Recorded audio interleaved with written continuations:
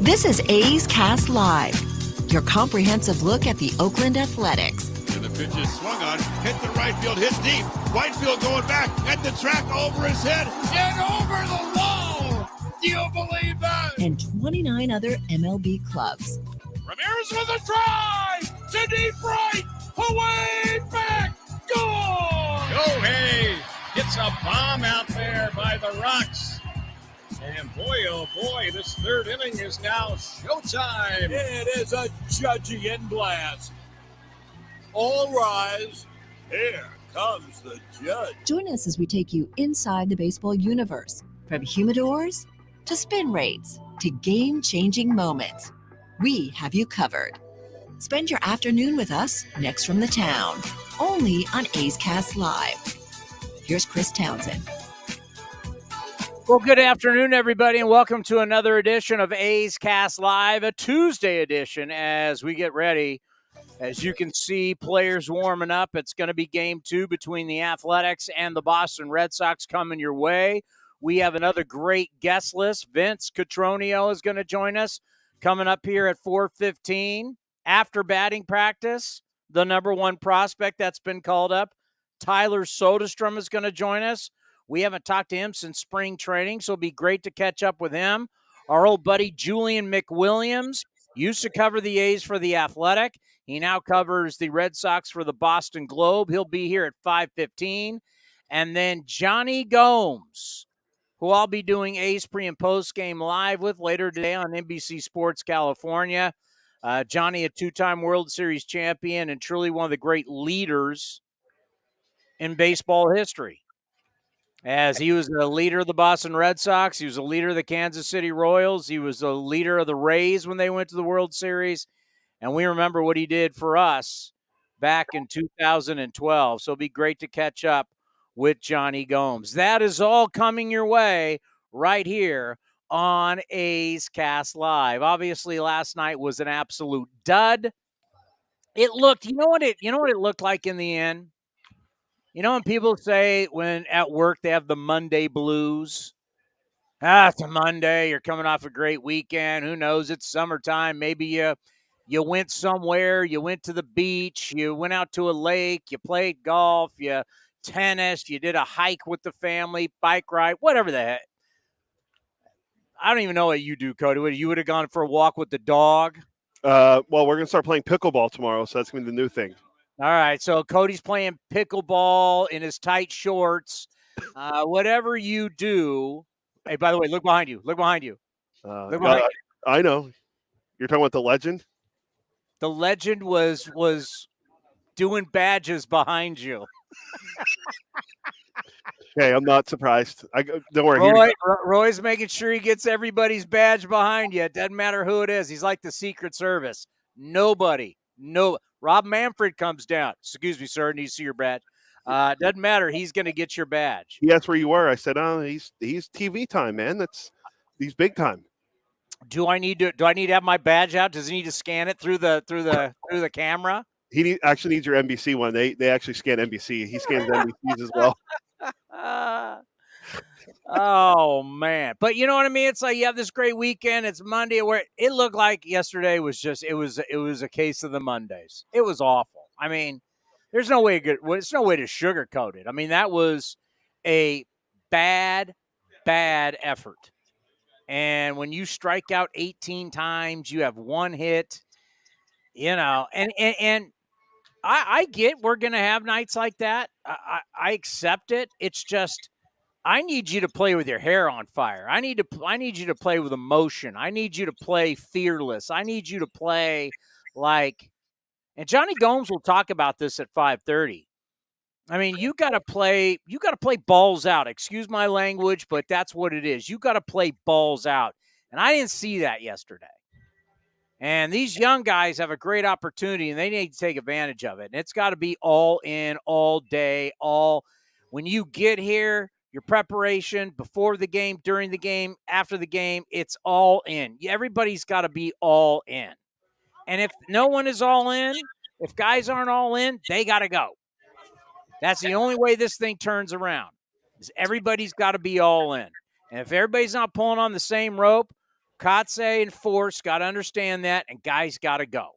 Nobody's making the kind of money that, well, what are we going to do with this contract? If you're not all in and you're not busting it from the time you get here till the time you leave, you got to go.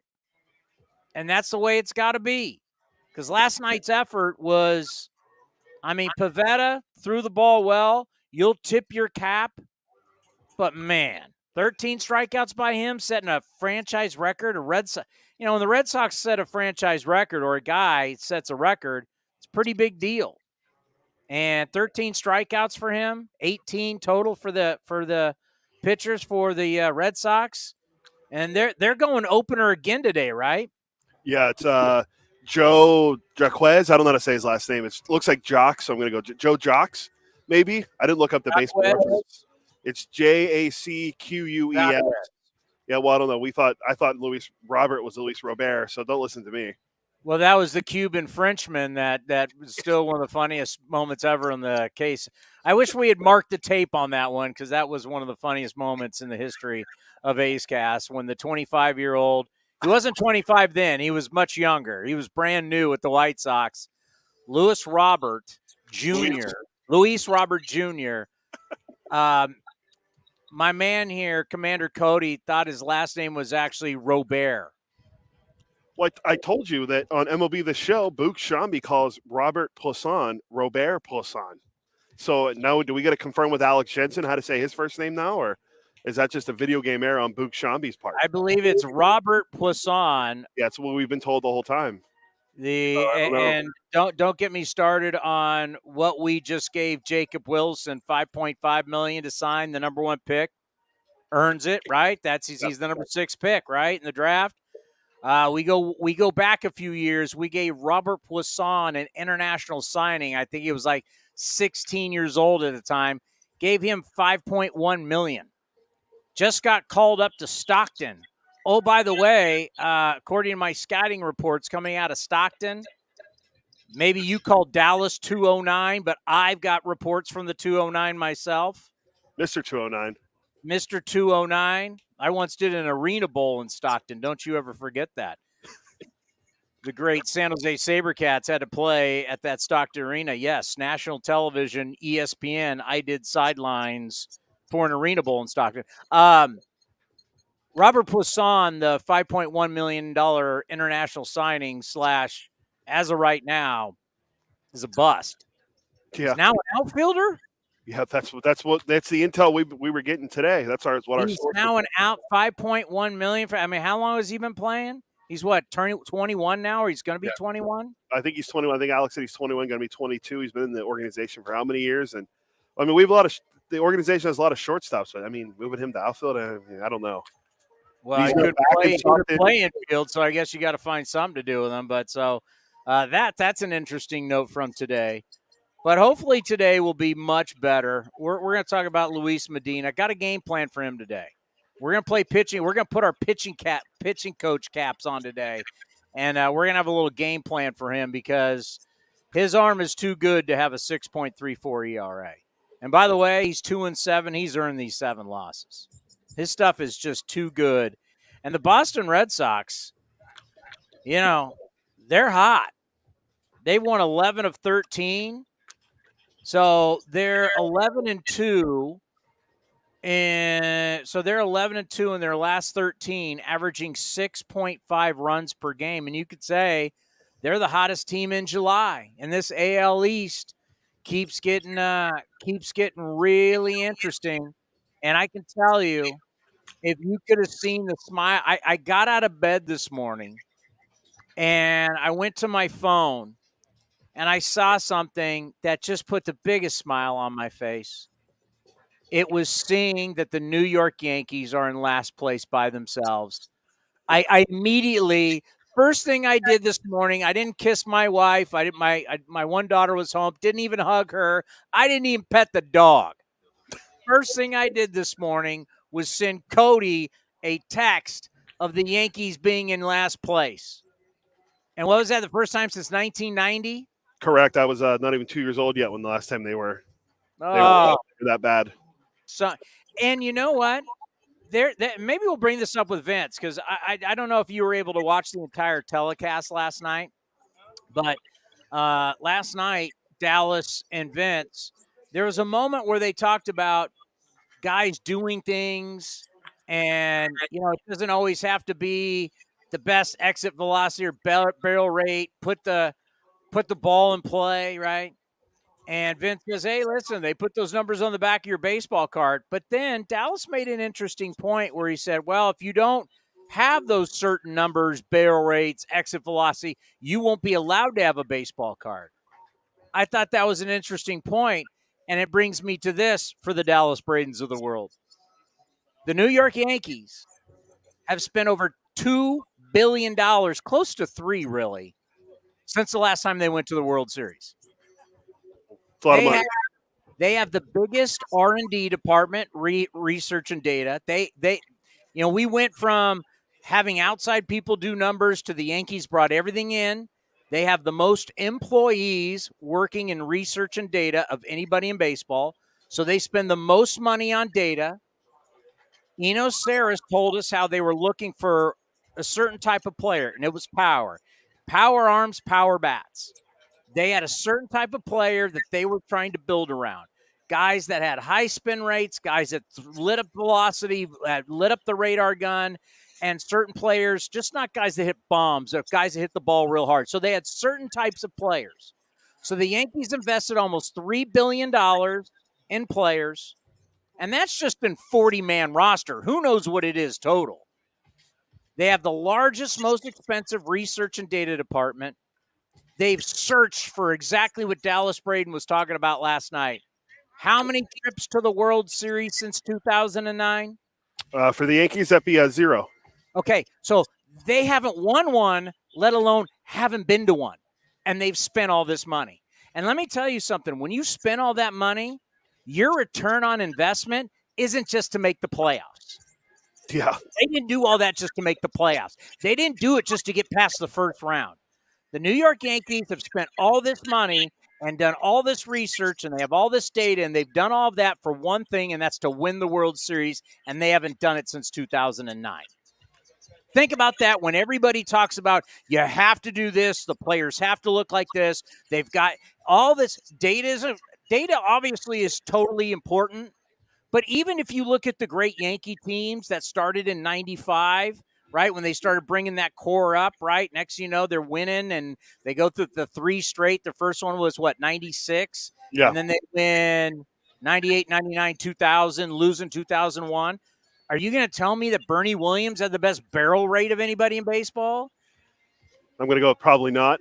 Did Andy Pettit throw it harder than anybody else? No. Did Derek Jeter have exit velocity? No. What they did is they went and got really good baseball players. Paul O'Neill, Tino Martinez. They had Wade Boggs and Charlie Hayes before they had Scarp Brocious. They went out, got Knobloch. They went out and got a bunch of really good baseball players, put them together, and they won. They didn't say this is one way to do it. We're just going power, power, power, power. That's not how those great teams were built. Well, they've been doing that for years, and they've won nothing, and they've spent a lot of money doing it. And right now, they find their way of building a baseball team now, strictly built on power and data, has landed them in last place in their own division.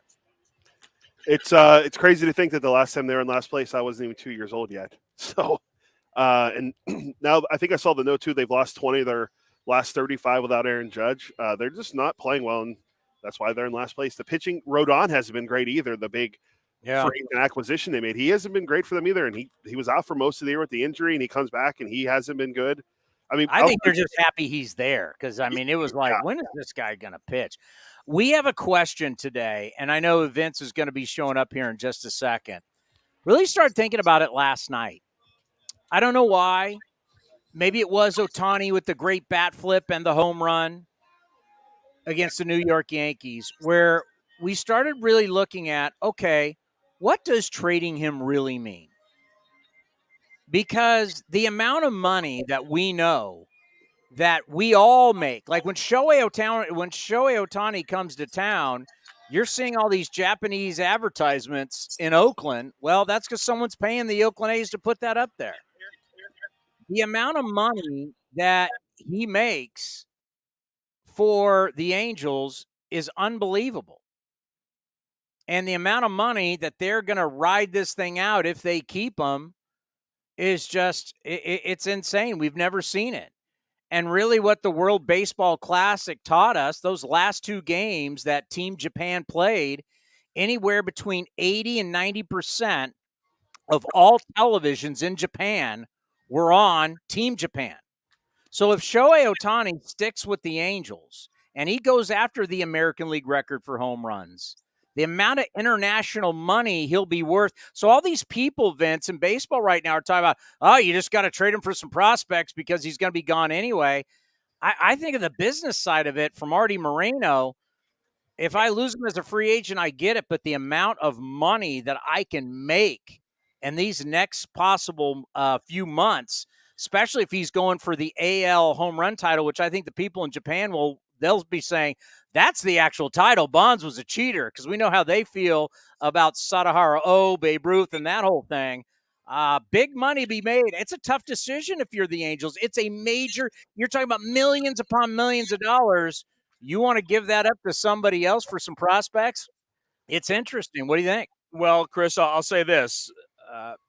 If you keep Ohtani and you don't get to the postseason, you lose Ohtani. He's going to sign somewhere with somebody, and all you're going to get is 1 draft pick. You have a chance potentially to get multiple high-level prospects or players that are already in the big leagues that can help you immediately. They have a lot of needs over there. The other issue is what's going to happen when Ohtani is officially gone. I don't know if he is or not, but it seems like if they're not in the postseason again this year, and he wants to win, he has said that, and it comes to the offseason and he has opportunities that are unlike any other players ever had, and he's going to capitalize on that. What does Mike Trout say? When does he walk into Artie Moreno's office and say, we gave it a good run. I don't think this is a place that's going to get to where we all want to go anytime soon. Perhaps you need to move me as well and help rebuild your organization while I go and hopefully get to some October baseball sooner as opposed to later. That's the $64,000 question right now for the remaining 2.5 months of the season, and more especially closer, the next 2 weeks. What happens with Ohtani? Are they willing to make the Herschel Walker type of a move and try to replenish things and just kind of take a step and go in another direction? They have a lot of holes they've got to fill, Chris. You know that. Everybody knows that. And how they get that done is not going to – I don't think it gets easier if you keep another player that's going to be making $50 million a year next year on their payroll. I just don't – it just hampers everything else you're trying to do. I think they've got a chance to really infuse an organization that needs a lot of help, and certainly he's the guy that can get it done. Yeah, that's the baseball side. There's no question. Yeah, I know he's the business side.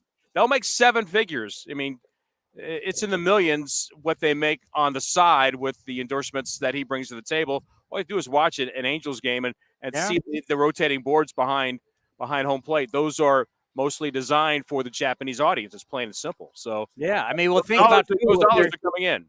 Think if he's going for the home run record too, the American League home run record, that whole build up and it's they know, and things that I've heard, the amount of money and what I think it could be. It's almost like, oh my God, you could buy players, maybe go buy prospects. But that's why this next 2 weeks is going to be fascinating. And what will somebody be willing to give up for a rental? And hopefully I would love to see if it's like a Tampa or a Baltimore. I don't know if that'll happen, but Ohtani with one of these teams, especially not the big market, big money team, what he could mean in the baseball tournament for you as a pitcher and a hitter, especially after what we saw in the tournament with him, the way he came out of the bullpen for Team Japan.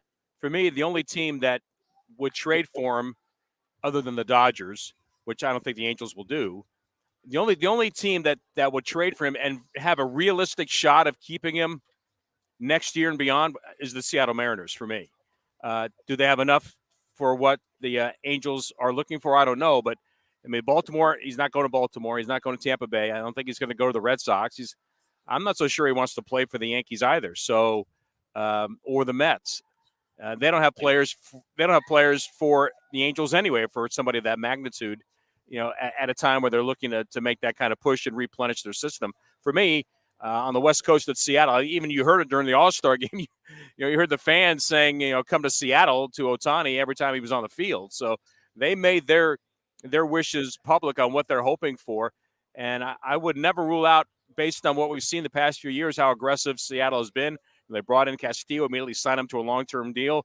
Julio Rodriguez stepped in. He was a sensation his first year. They signed him to the forever contract, basically. They're not afraid to make those kind of big splashes. And given the history they have with the Japanese players and the certainly the amount of people that are of the Asian Americans or have Asian backgrounds that live in Seattle, it would just explode. All right, for this deadline to really be interesting, somebody that's got players and has spent money is going to have to punt. Otherwise, I mean, at some point, if you're okay, I mean, they've got two major players right there in Goldschmidt and Arenado, and I just wonder who are the teams that are possibly going to punt, in your opinion, that will make the trading deadline interesting. Well, the White Sox have pitchers that people want. I think that's pretty high on the list. We just talked about the Cardinals, not just the two main guys. Are they willing to make that kind of a move? They also have Jordan Montgomery, who might be available as a pitcher, as a middle back end of a rotation, but a guy that's been around pennant races the past couple of years. I think he's intriguing. And young Dylan Carlson is a name who's from this neck of the woods, from Elk Grove, who now is out of a job, basically, now that Tyler O'Neill is going to be activated this week. And he's a guy that could help a team in terms of significant teams. And then you go to San Diego. I mean, what will San Diego do? Will Blake Snell? Will they trade Juan Soto? Would somebody want Juan Soto for 2 pennant races? Because you get him for the end of this year and all of next year.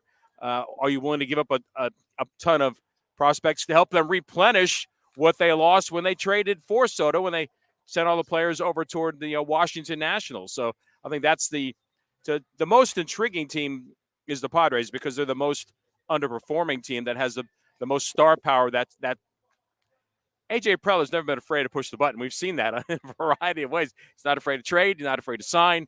I think it's going to be a wild final 24 to 36 hours on how that trade deadline comes to pass. And I would not be shocked if you see a revamped San Diego Padres lineup minus one or more of the stars. Blake Snell is a guy that could leave as well. I mean, they've got options that a lot of teams are looking for. And I think if I'm kind of ranking the teams that are bigger market teams, bigger payroll teams, I go with San Diego and I go with St. Louis.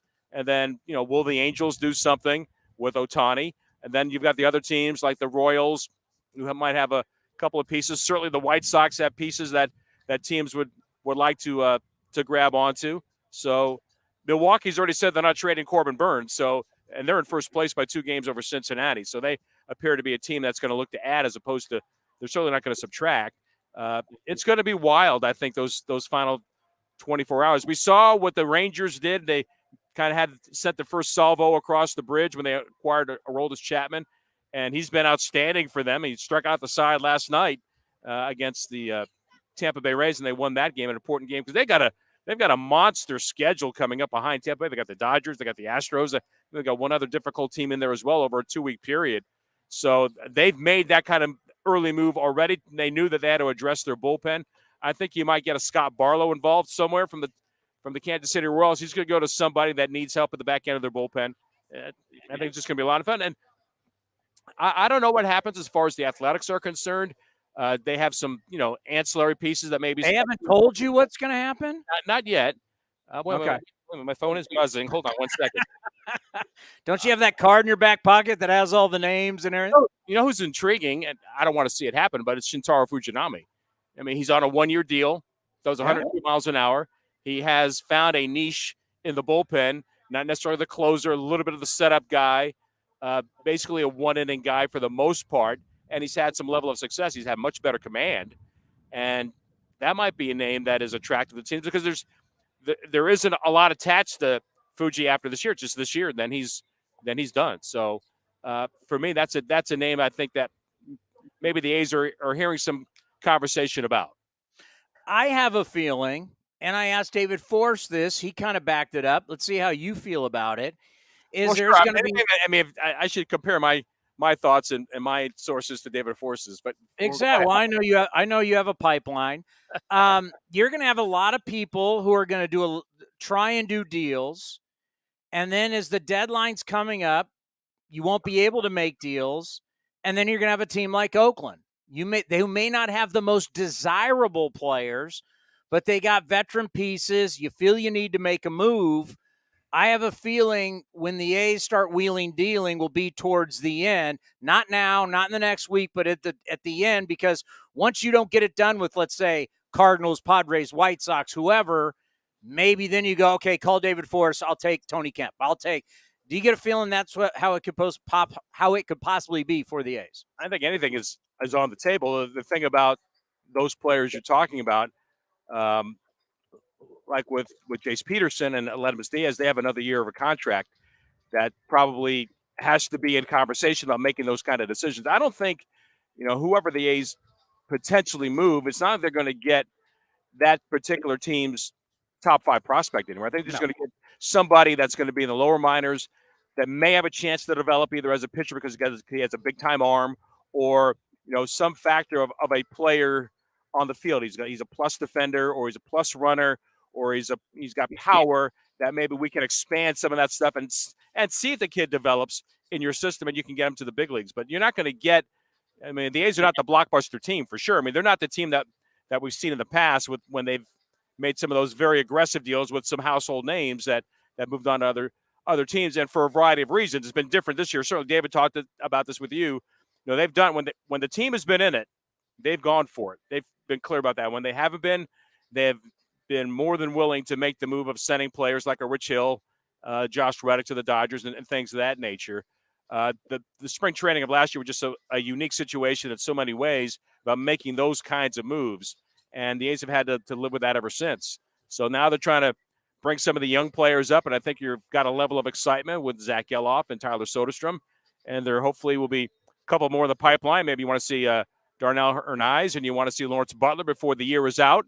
And if you get that accomplished, that's great. But the one thing the A's have got to see, Chris, somewhere, they've got to see pitching, right? We've seen J.P. Sears make steps forward. We've seen Luis Medina have some moments. Ken Waldichuk has had some moments. Kyle Muller's struggling right now at AAA. What about like a Ryan Cusick? Where is he in the mix? Where's Joey Estes in the mix? Where are they coming? Are they coming? Are they close? And then you've got some other arms as well, Jack Perkins, things of that, guys like that are at AA right now. That somewhere down the road, this club needs to improve their pitching, and that's something that we're all waiting for. It's always kind of been the tough thing for any franchise when you're going young. And I think with some of these veteran guys, one of the things is you want to open up roster spots to be able to bring guys up. That's also some relief right there. But the one thing that's so tough to do is to bring hitters and pitchers along at the same time. We've seen it with teams. They got a bunch of young pitching, but they don't have the hitters. Then they have the hitters, but they don't have the pitching. It's so tough for organizations to bring both up at the same time, especially in a rebuild. Well, look what Seattle has done. They've got outstanding young pitching, with Gilbert and Kirby, and now they brought up Brian Wu, the Alameda kid, to go along with Castillo. I mean, they've got some things that are happening there, but yet their offense is anemic, and they're just not scoring enough runs. So, and they have some players that certainly have, kind of resumes that you would expect that they could have provided more than what they have so far. So that's a club, to your point, that they don't have the young position players that are coming up and excelling. Julio Rodriguez has taken a step back this year after what he did last year. His OPS was over 800 last year, and it's under 750 this year. So he's definitely a guy that's dealing with the sophomore jinx in a situation where the expectations shot through the roof when they finally got to the postseason last year. So with the Athletics, it's encouraging watching the young players come together. It's encouraging watching the young group of arms that are here now. I think one thing we have seen the A's do an excellent job of identifying some pitching from other organizations, and they've got something. We've seen good stretches from Lucas Ersteg with a power arm in the A's bullpen, and things of that nature. And Waldichuk developing. Sears has taken the most steps forward, and watching Medina, I'm really intrigued on what Luis can do in the second half. Remember, Chris, the beginning, we're sitting in spring training, and Mark Kotze is meeting with everybody for the first time. Your rotation was Paul Blackburn, and it was going to be Drew Rosinski, and it was going to be Shintaro Fujinami, and it was going to be James Kaprillion, and then it was going to be, take your pick, J.P. Sears, Ken Waldachuk, Kyle Muller, a collection of other arms that were going to have an opportunity to do that. And as we sit here now, Shintaro's and Fuji's in the bullpen.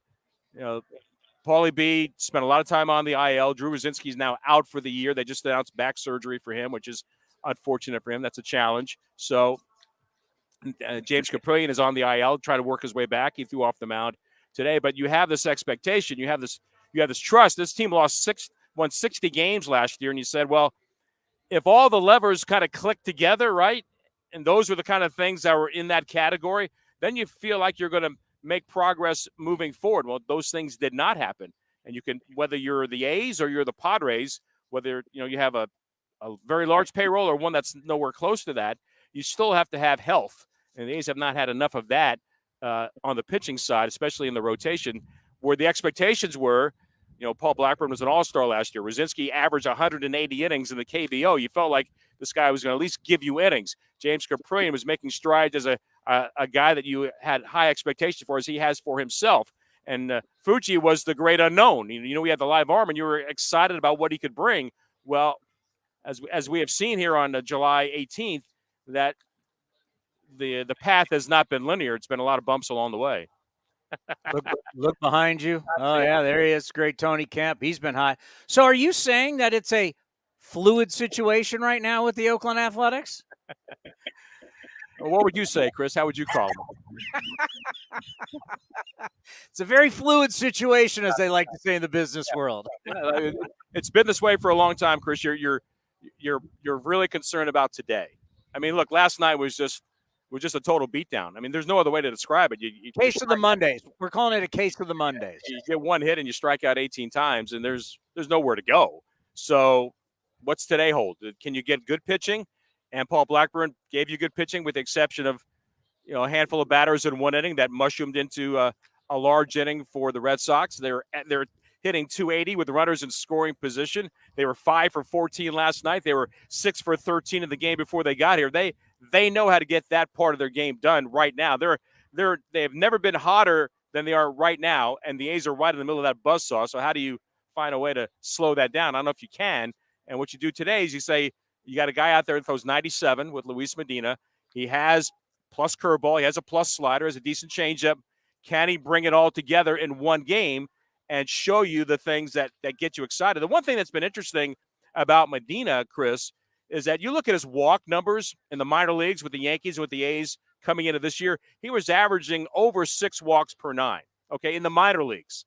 In the big leagues, it's about 4.5, 4.7, I think, with the A's in the time that he spent with the Athletics. At the toughest league, at the highest level, he actually has thrown more strikes to this point at this level than he has at any other time in his career. So if you're looking for something to be positive about, looking for something where it shows you an area of growth, that is something I think you can say in regard to Luis Medina.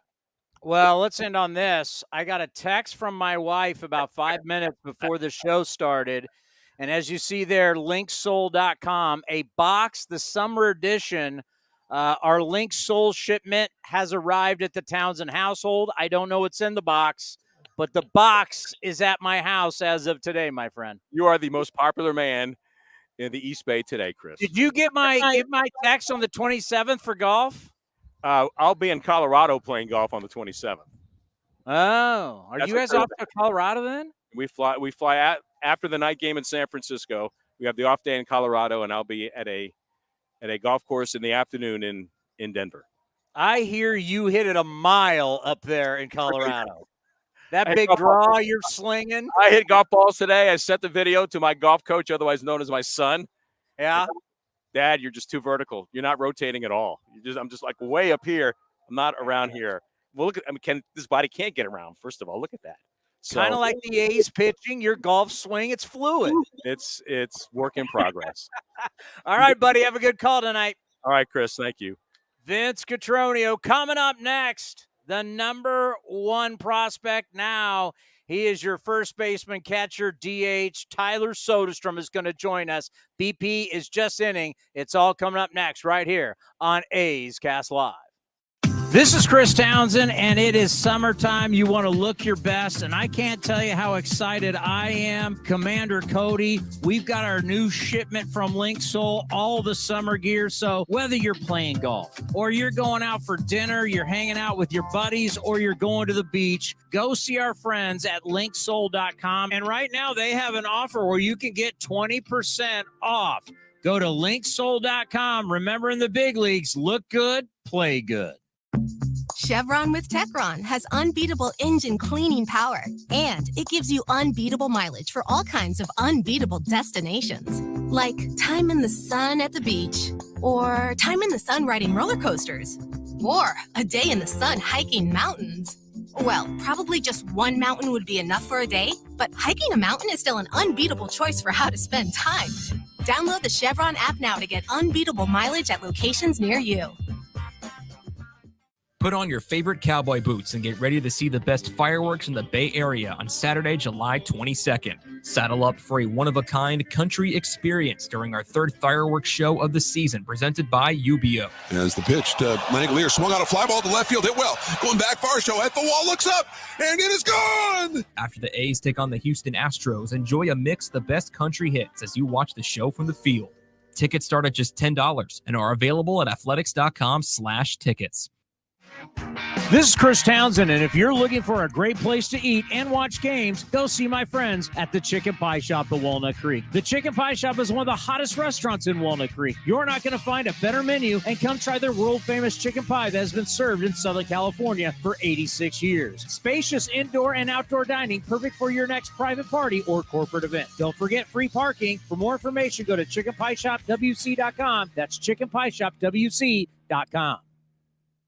It's Kids Cheer Free all summer long. Bring your kids ages 14 and younger to the ballpark on Sunday home games for free. After the game, race around the bases with Stomper on the same field that your favorite A's players do. Get your tickets now at athletics.com/kidsfree. If you're looking for a new mattress, Nest Bedding has you covered. Sleep on the same mattress Hall of Famer Ricky Henderson sleeps on. Nest Bedding is the #1 brand of online mattresses and the Bay Area's favorite mattress store. Take home the Easy Breather pillow. The New York Times calls it their #1 pick. You can navigate their easy-to-use website, nestbedding.com. That's nestbedding.com. Green and Gold fans, use the coupon code Oakland and you get 10% off your entire order. Nest Bedding, love where you sleep. Summertime is golf time in the Bay Area, and that means it's time to enjoy the beautiful vistas, 27 holes of championship golf, and all the amenities that Cinnabar Hills Golf Club has to offer. Cinnabar Hills gives you a variety on the course and in their amazing grill. They're ready to give you an incredible experience for any family, business, or social gathering. Nestled in the quiet hills of San Jose, summertime fun awaits you at Cinnabar Hills Golf Club. Learn more at cinnabarhills.com. That's cinnabarhills.com.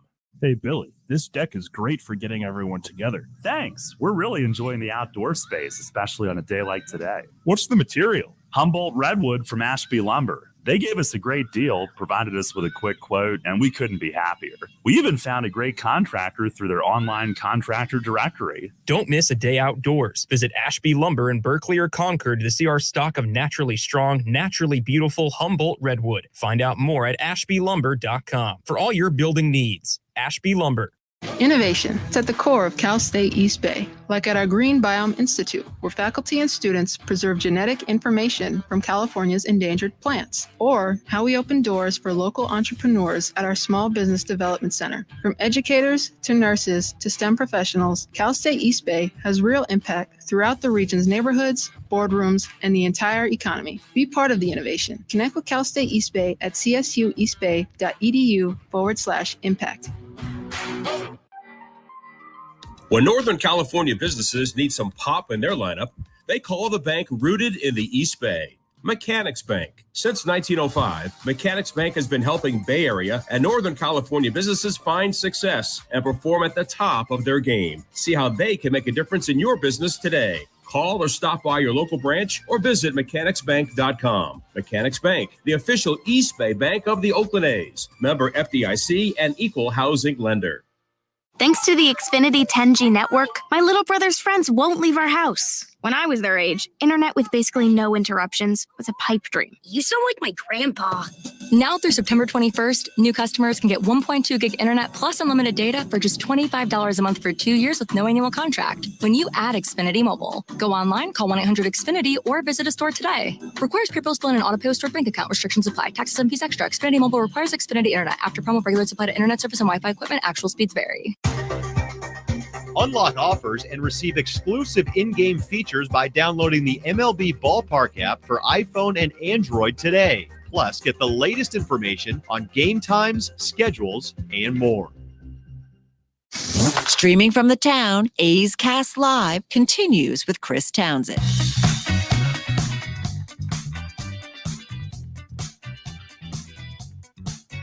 I was just discussing with a friend about the A's travel, and he was asking me a question, and I'm like, people need to realize that the A's travel under the great Mickey Morabito is some of the best in all of Major League Baseball. When you talk about where the A's stay, how they travel, the plane that they use is one of the best in all of Major League Baseball.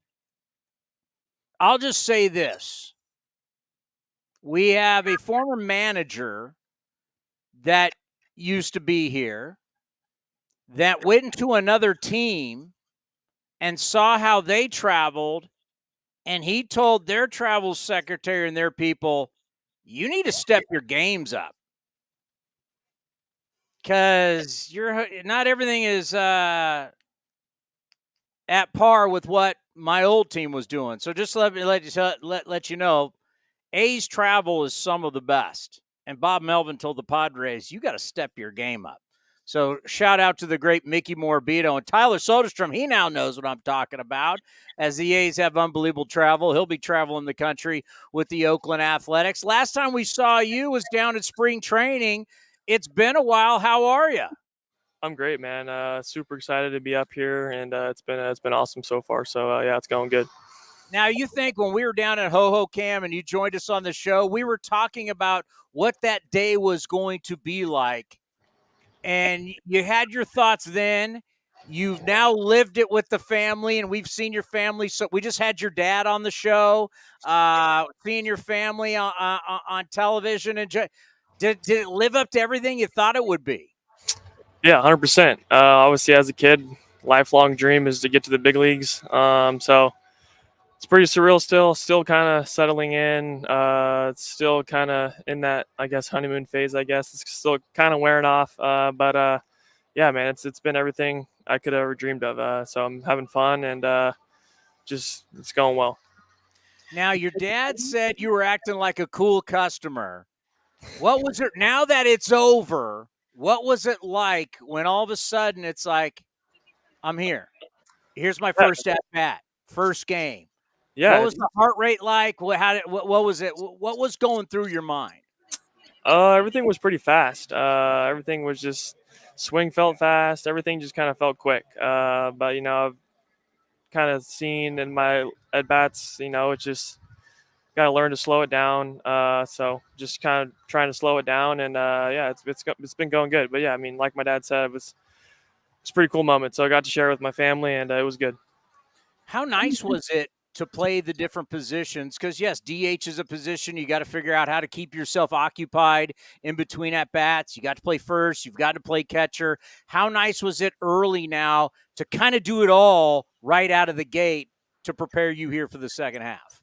Yeah, it's nice to get it all, do it all. DH is hard, like you said, you have one job and it's to hit. So you don't really know what to do in the dugout, whether that's you kind of got to learn how to stay warm and get ready for your next at bat. I like to be able to go out in defense and kind of focus on two things. So, but yeah, man, it's been good. I got to catch. That was awesome. First was really cool too. So, yeah, it's been good, and just ready to keep going. That's a great, it's a great point, and it's something that I've talked about for years. I hate when people just say, "I'll just DH him." You're like, no. That's not how that works. DHing is an art form because if a game is, let's say, well, they used to be over 3 hours, you're participating in only like 2 minutes of 3 hours. So what do you do? Do you go hit? Some guys ride a bike. Some guys watch video. I know guys who have taken showers in between at-bats and chains. So it's like you got to do something. And I know you've done a little bit in the minor leagues, and as you mentioned, in Oakland, it can be cold. How do you stay warm the whole time? Have you thought about kind of like a strategy or a routine, what you're going to do between these at-bats? Not really. I still need to work on it a little bit. It's definitely, like you said, man, it's not easy to just kind of I'm only in there for, like you said, about 2-3 minutes of the game. So I got to kind of get a routine. I've just been kind of hanging out in the dugout the times I've been doing it, but probably should get up there and maybe ride the bike or go take some swings in the cage for sure. But I think it's something I'll get better at for sure. And just kind of, as you know, get more games under my belt and keep going with it. It'll get easier. How cool is it to come up with Zach? Like, you're coming up with your buddy. The two of you got to experience it together. Yeah, that was awesome. We were at home, both home for the All-Star break, so we didn't really know that we got the call on the same day. When I got the call, I kind of had suspicion that Zach did because he's been playing so well.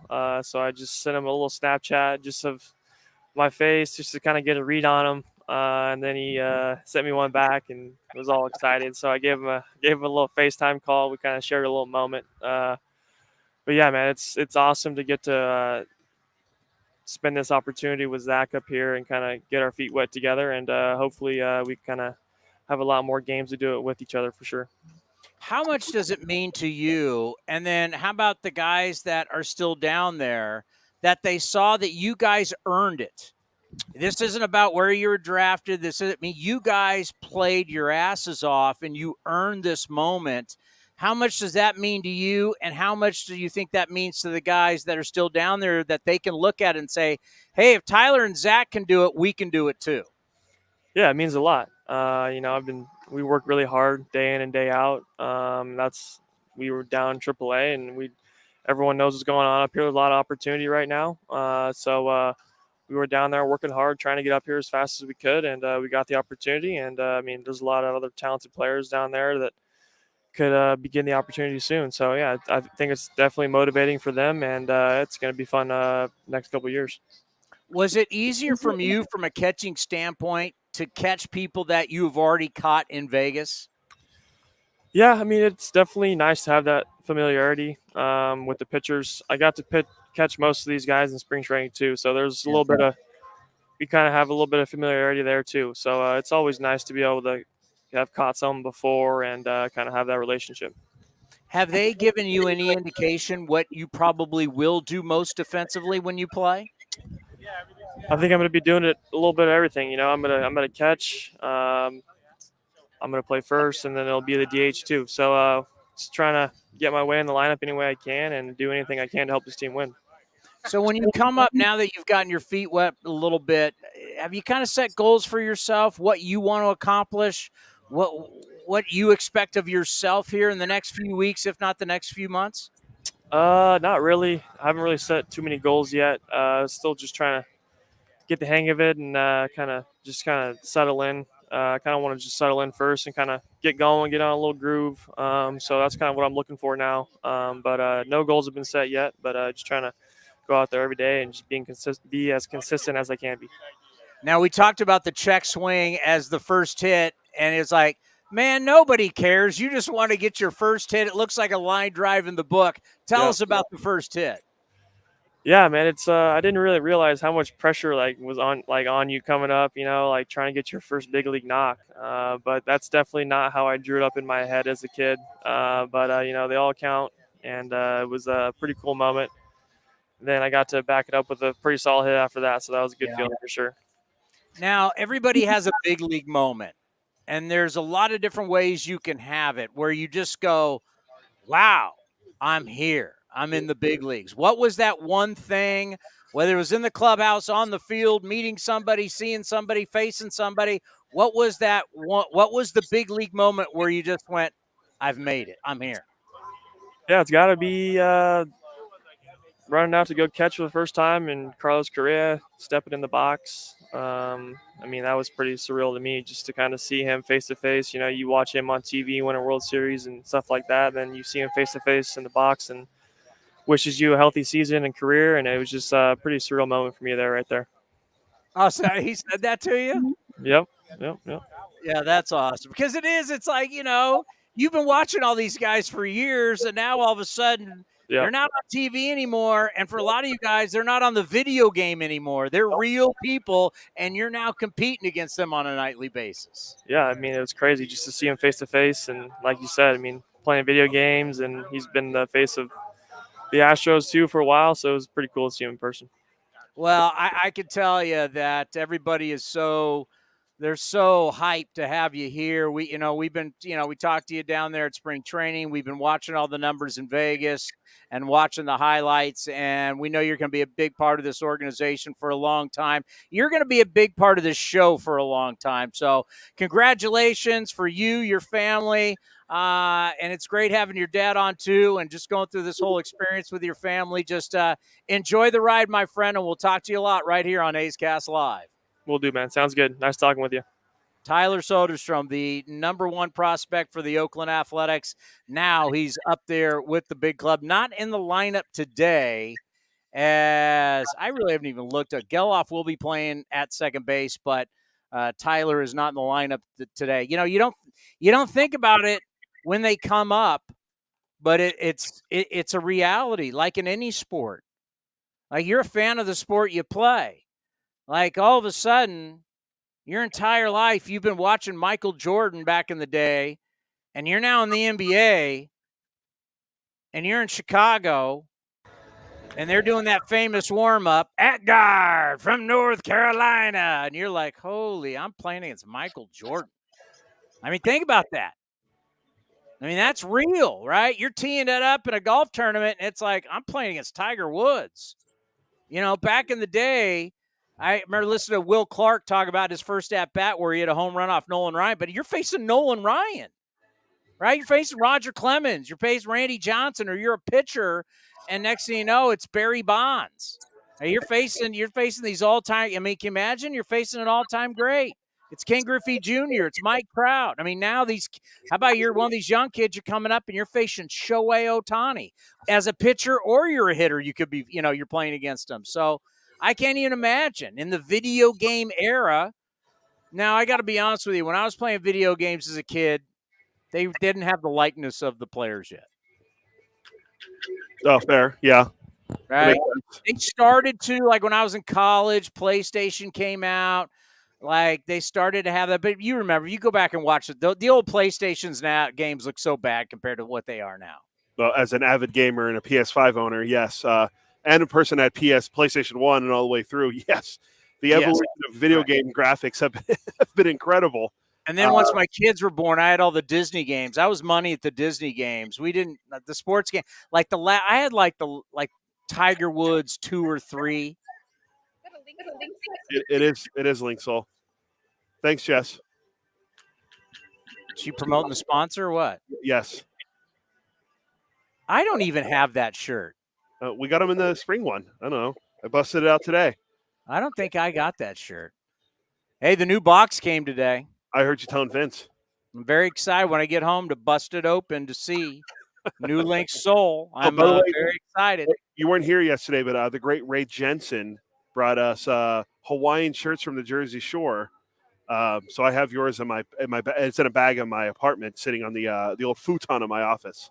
Okay, wait a minute. Hawaiian shirts from the Jersey Shore. Yes. Now the great Vito DeBartolo is taking videos. I don't know what's going on here, and everyone's taking videos of me. Did Vito get my Titanic reference today? I don't know. He's been busy. Oh yeah, he's too busy. Wait a minute. Wait, let's go back to this. Jersey Shore. Yes. Hawaiian shirts. Yeah. You know how far the Jersey Shore is? The Jersey Shore from the Hawaiian Islands is probably like a 13 to 15-hour flight. Yeah. I know. It's a very nice gesture from Ray. He got Jess a shirt from Snooki from the Jersey Shore TV show. Great television show. That was great American television right there. I believe he brought Delaire a mug, if I want to say so. So he brought everyone gifts. Mike the Situation. Tell me I got Mike the Situation. Wasn't that his name? Yes. Apparently DJ Pauly D was in Reno when our boss Delaire Lawars was up there. He was telling us that yesterday. So a lot of Jersey Shore references, but a nice gesture by Ray. I went to Seattle. I brought you guys nothing. So that's just how he's a class act. I brought By you the way, where's your Raise the Jolly Roger shirt? I haven't seen you wear it yet. Well, I will. That might be an off-season thing. I don't think in season I'll be wearing the Raise the Jolly. Well, I'd rather see the Raise the Ramon shirt. My Pirates keep calling up prospects and can't win. So my Bucks, we're not raising the Jolly Roger. By the way, the great Delaire Lawars supposedly was ripping up the biggest little city in the world. Yeah, that's what I've heard. I just heard he was there. He was such a big winner, they kicked him out of town. No more $5.99 prime rib for you. Get out of here.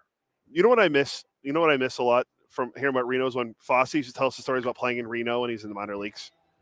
So Ray Fosse told us a story when he was playing in Reno, and he'd go to the casinos that it actually were silver dollars. They were actual silver dollars. I mean, Ray's got these stories. What was he was eating like prime rib for 99 cents? Yeah, and he couldn't gamble because he wasn't old enough. He was like 19 years old in Reno. I mean, he's a kid from the middle of nowhere in Illinois, and Ray Fosse's in Reno. By the way, speaking of Ray Fosse, for anyone who plays the Immaculate Grid, which I know it's gotten popular now, more popular Baseball Reference took over. Ray Fosse is a guy today. You just have to figure out which teams he played for. Who had that for you? You did, and I used them before you did. So that's why I was asking who it was. But we both had the same guy. But we're not going to tell you who. You have to figure out yourself. At Ray Fosse. It's Ray Fosse in an Indian's hat. That's true, yeah. But it's not an Indian, and it's not an A. Yeah. Ray Fosse is in the Immaculate. You can use him and get great points, right? Yes. The lower your percentage, the better. So Ray was there, and two other guys I use are friends. By the way, we had to be the only ones who had that. There's no way other people thought about that. No, the interns didn't even know. They went with Uneski Betancourt. I mean, great pool, but that's not Ray Fosse. Well, this is going to be my problem with this grid. It's because Wordle, you're only using one word a day. 1 5-letter word a day, right? And I know there's a six letter or what, but Wordle, it's one. The Immaculate Grid, if you're doing it every day and there's that many options, you're gonna burn through, and you're gonna get to a point to where people are gonna have to start researching the answers because you're gonna get through all the people that you know. So I'm wondering if they really plan to grow this, how they're going to change it. Because if they keep doing it the way they're doing it and people play every day, it's going to kind of get burned out within a year. Yeah, I'm curious to see how they keep doing it, but they're pushing it out now. They have NFL, NBA, and NHL because of Pro Football Reference. Pro NFL, like seriously, I mean, you're really going to. One's challenging. I will say that. Like it'll be like name a former Seahawk, the word number 20. I don't pay attention to what Seahawks were number 26. Can you name me one guy who played for the Seahawks in the secondary who was a cornerback? Because I could say Kenny Easley was a safety. Name me a corner that played for the Seahawks and the Buccaneers in the 80s. Like, what? Oh, no way. Luckily, I don't say the years, but yes. I thought you were going to say, name me a Seahawk. Well, that's what I'm saying. Once you go through your kind of era of baseball, like we used my grandfather for a Brave and a Pirate. That was a good one. But people in the 40s, obviously my grandfather was really popular in the 40s, right? He was on the Wheaties box. He was the MVP. Well, now it's 2023. No one knows who the hell my grandfather is. So it's like the game will keep growing, but the moment you've kind of gone through all your answers in your database and it'll start to – they've got to figure out how to keep it fresh.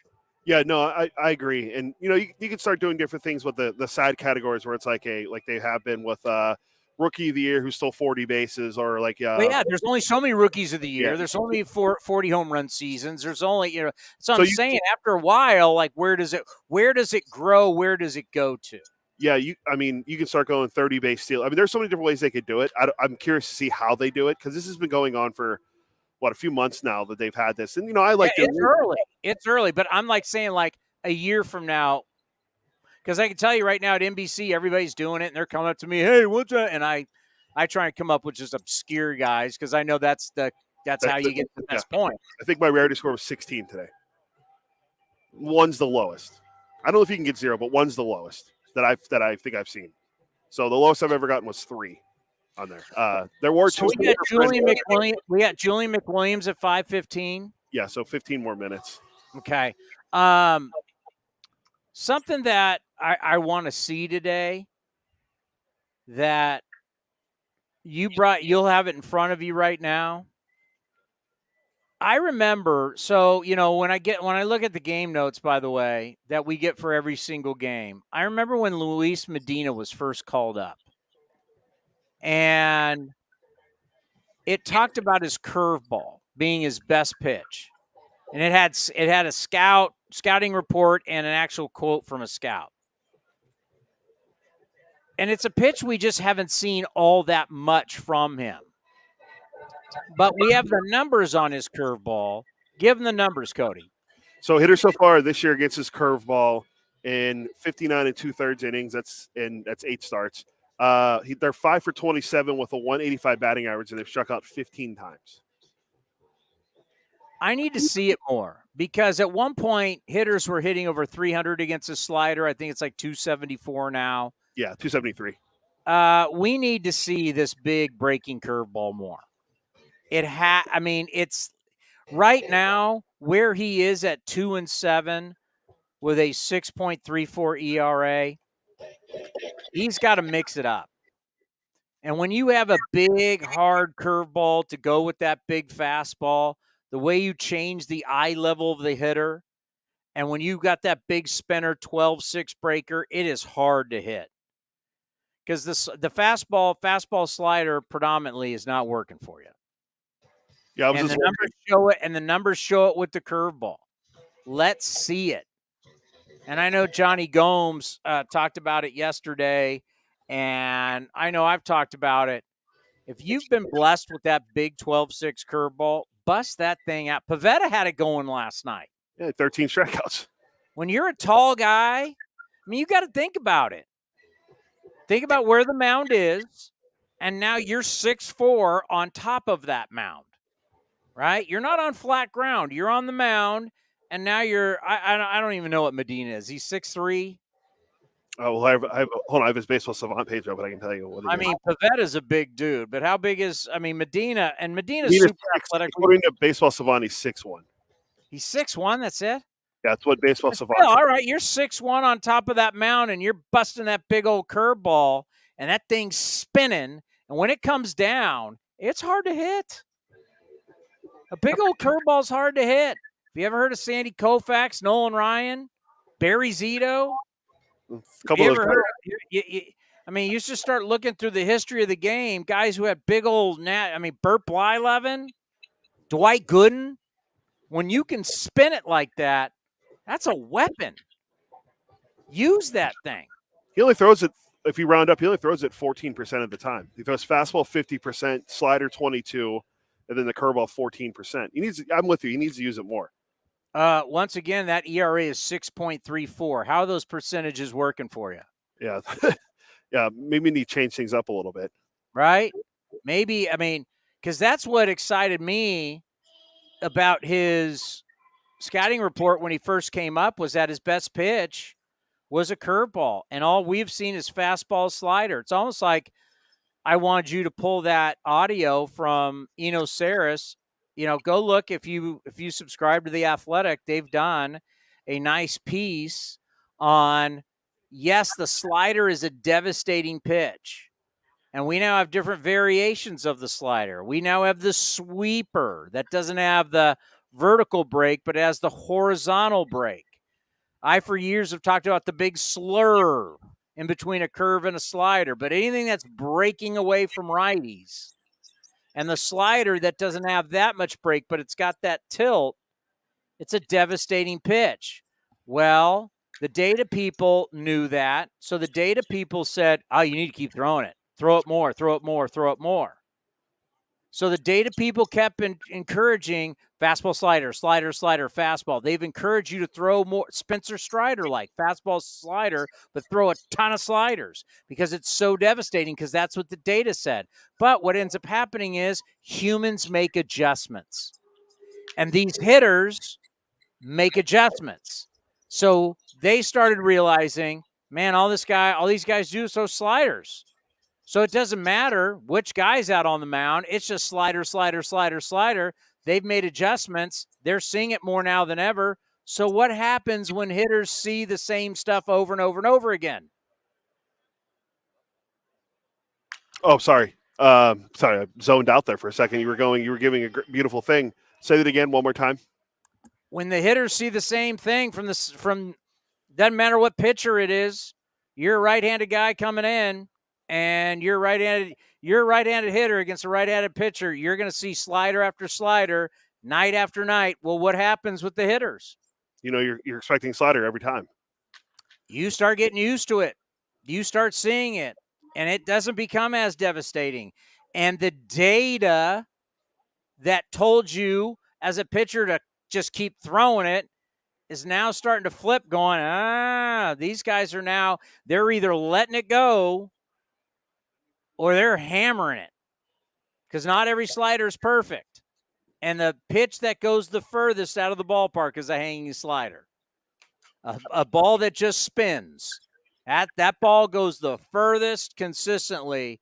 So that's why it's like, bro, you've got a big old Uncle Charlie. Start using it. That's what I don't know if we'll see it tonight. That's what I want to see from Medina. Before we get to Julian McWilliams, I'll let you weigh in on it because I'm trying to stress about this Ohtani thing, which is becoming the number one thing in the game.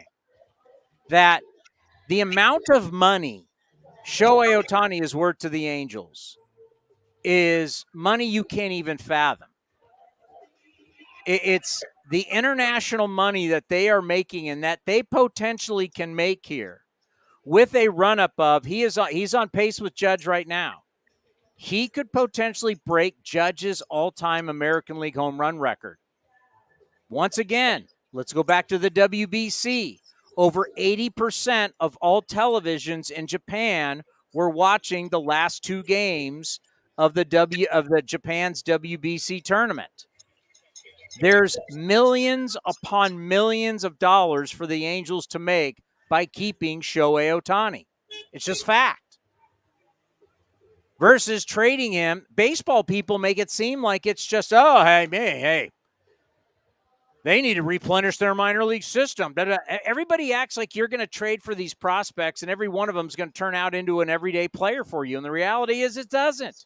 You can trade for 6 of their top prospects of whoever, 2 maybe work out, maybe 3.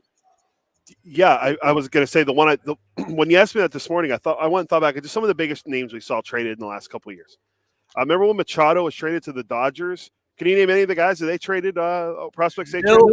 The only guy left is Dean Kramer that's doing anything. Who's left on the moon? Hey, who's the Wong kid who had a base hit yesterday for you? You want to go who the Red Sox got for Mookie Betts? Would you rather have Mookie Betts or these guys? The only guy in that deal that's doing anything is Verdugo because Jeter Downs is no longer with the organization. Then you look at the Soto deal. Well, C.J. Abrams is not doing too much right now for them, and all the other guys are still in the minors, like James Woods or. No, you got the pitcher, the lefty. Oh, Mackenzie Gore, yeah, but he wasn't having a great year either.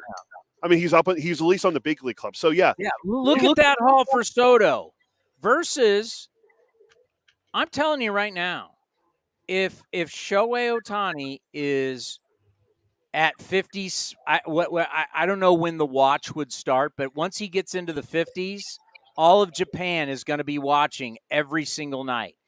You have millions of dollars that you might. That's what I'm saying. These baseball people who go, you got to restock your system versus making all that money. Do you know what I can do with all that money? You can buy all those guys. I can go buy somebody's prospects later on. Exactly. And I'm sure you saw the notes about what Ohtani's doing right now too. The homer in 3 straight games. He has 23 homers in his last 40. The only guys that have more home runs over the last 25 years in a 40-game span were Stanton when he hit, 59 with the Marlins, the year he won the MVP, Barry Bonds, the year he broke the home run record, had 25, and then McGwire had 24 in 1999, the year he had 65 home runs. So Ohtani right now, if you go by the games played and everything, he's on pace to hit 60. So he'd finish 2 behind Judge. I think he could. I'm fascinated. If he stays healthy, knock on wood, and everything, and he plays, 150 to 160 games. I think he's played 93 so far out of a possible 95. I would love to see him break Judge's record that he just set last year, mainly because I want to see Yankee fans be so upset that their guy lost his record already, but because of what it does for baseball with having Ohtani, how much money he makes, and how much money the organization he plays for can make because we know he's probably not going to be the Angels. So whoever. By the way, you trade him. Okay, you get somebody's prospects. Hopefully they hit. But now that team is going to capitalize on this. Yeah. You're giving away that. You're giving that. So you could be given the amount of money that is to be made. I don't think baseball people get it. I don't think they truly understand how much money in these next couple months the Angels can capitalize on versus getting somebody's prospects. He's still going to be a rental. I don't know what the prospect haul is. I have an idea of what the money is. And whenever I hear baseball people act like it's a no-brainer they should trade him, I just go, you clearly don't own a business and understand, like, the amount of, the dollar figure could be well over $100 million. Oh, for sure. If you go back to the World Baseball Classic taught us the power of the Japanese team in the Japanese market, and he's the star. It's, by the way, 95 games going in. Judge last year to this year. Judge last year at this time, 285. Ohtani this year, 307. Judge actually must have had a big day compared to, because yesterday Ohtani was leading. Judge had 36 home runs to Ohtani's 35. But other than that, Ohtani basically has him in every single, other than home runs and RBIs, Ohtani's got him in batting average, on-base slugging, and total bases. And this is going to flip every single night, right? Depending on how Ohtani does. Yeah, and it's amazing they're still throwing to him with how many guys are not in that Angels lineup. No Rendon, no Trout. Neto's not there. There's not a lot of guys in that lineup to give him, depth and guys hitting behind him. So he's still getting pitches to see, which is great. That's going to be fascinating if they don't trade him. How many pitches does he see going forward? Because are they going to start walking him to get to the guys behind him in the lineup, especially if Trout's not back? So that's going to be something to keep an eye on. But I love this idea of him and Judge and the side-by-side and where they're going, because I think that he could definitely get to 60 and beyond. And it'd be great for the game to have the back-to-back years where we have home run races and a record falls. And the guys are clean. Yeah, exactly. And that's the thing. It's like everybody wanted to not deal with the bonds. No one wanted to deal with the elephant in the room. No one wanted to deal with the stomper in the room. No one wanted to deal with it. And Judge was classy, and Judge went, Barry's the all-time. But, there's a rivalry between home runs in the United States and Japan. Sada Araho. Yep. All those years over Babe Ruth. Like, there will be this call of Barry's dirty. Look at Shohei Ohtani. The international community is not going to protect Barry Bonds. The international community is not going to care about Barry Bonds. The international community is going to look at Shohei Ohtani takes over Judge. It's going to be a massive, massive story. Once again, do you want to give that to somebody else for prospects? I wouldn't, no. But you're right. Well, Vince was just here and seemed like he was acting like it's a no-brainer. I'm like, I don't know, man. If I'm a baseball looking at but this isn't this. We are a business. Baseball is a business. The Angels are a business. Are you into making money? It's a tough call. I'd keep him. I think there's no way. And when people say I'm only going to get a pick, yeah, I'm going to get a pick, but I'm going to make a ton of money. Yeah, you can get. And we don't even know the prospects. It'd be one thing if he was like Soto, but we'll see. Julian McWilliams is joining us from the Boston Globe. Used to cover the Athletics for The Athletic. How are you, my friend? It's good to see you. What's going on, man? I'm good. How you doing? Life is good. How is everything with the Boston Red Sox and being back on the West Coast? Well, it's good right now. They went into the All-Star break. I guess winning their 3 series against the A's. Obviously, it was a sweep at Fenway. The Toronto they swept, and then they had another series win. I forget the team that they played, but it's been they've been playing really well as of late, and they've been doing it without starting pitching, which seems to be really impressive. Yeah, I was wondering, are you going to start tonight? Do you need me to come out? It seems like, they got to be, any of us can open up for these guys right now. I know, right? It's pretty tough to watch. I think you guys had a stat yesterday that said that this was the youngest A's team assembled or something like that since, in terms of service time, since 1954. Yeah, a non-September team, with the call-up. So a non-September team, least amount of games in a career since 1954. And by the way, it's a blessing because you want to see young guys. You do not want to see we're in a rebuild with a bunch of 30-year-olds. No, that's a terrible club. I'll feel bad for whoever had to cover that clubhouse because, obviously with the young guys, you at least get the I wouldn't say happy to be here, but just the attitude of they want to stay here. I think everybody gets here, and the next thing they ask, I remember I was talking to Jackie Bradley Jr., it's like it's a process you go through. You get here where it's like, okay, you get to the big leagues, you say, how can I stay in the big leagues? You stay in the big leagues, it's like, how do I get to, to free agency? You get to free agency, it's like, how do I get to 10 years? So it's always the stepping stones, and obviously you want to be a part of a rebuild with young players, and hopefully they can learn on the fly. But it's difficult to learn at the big league level and develop at the big league level.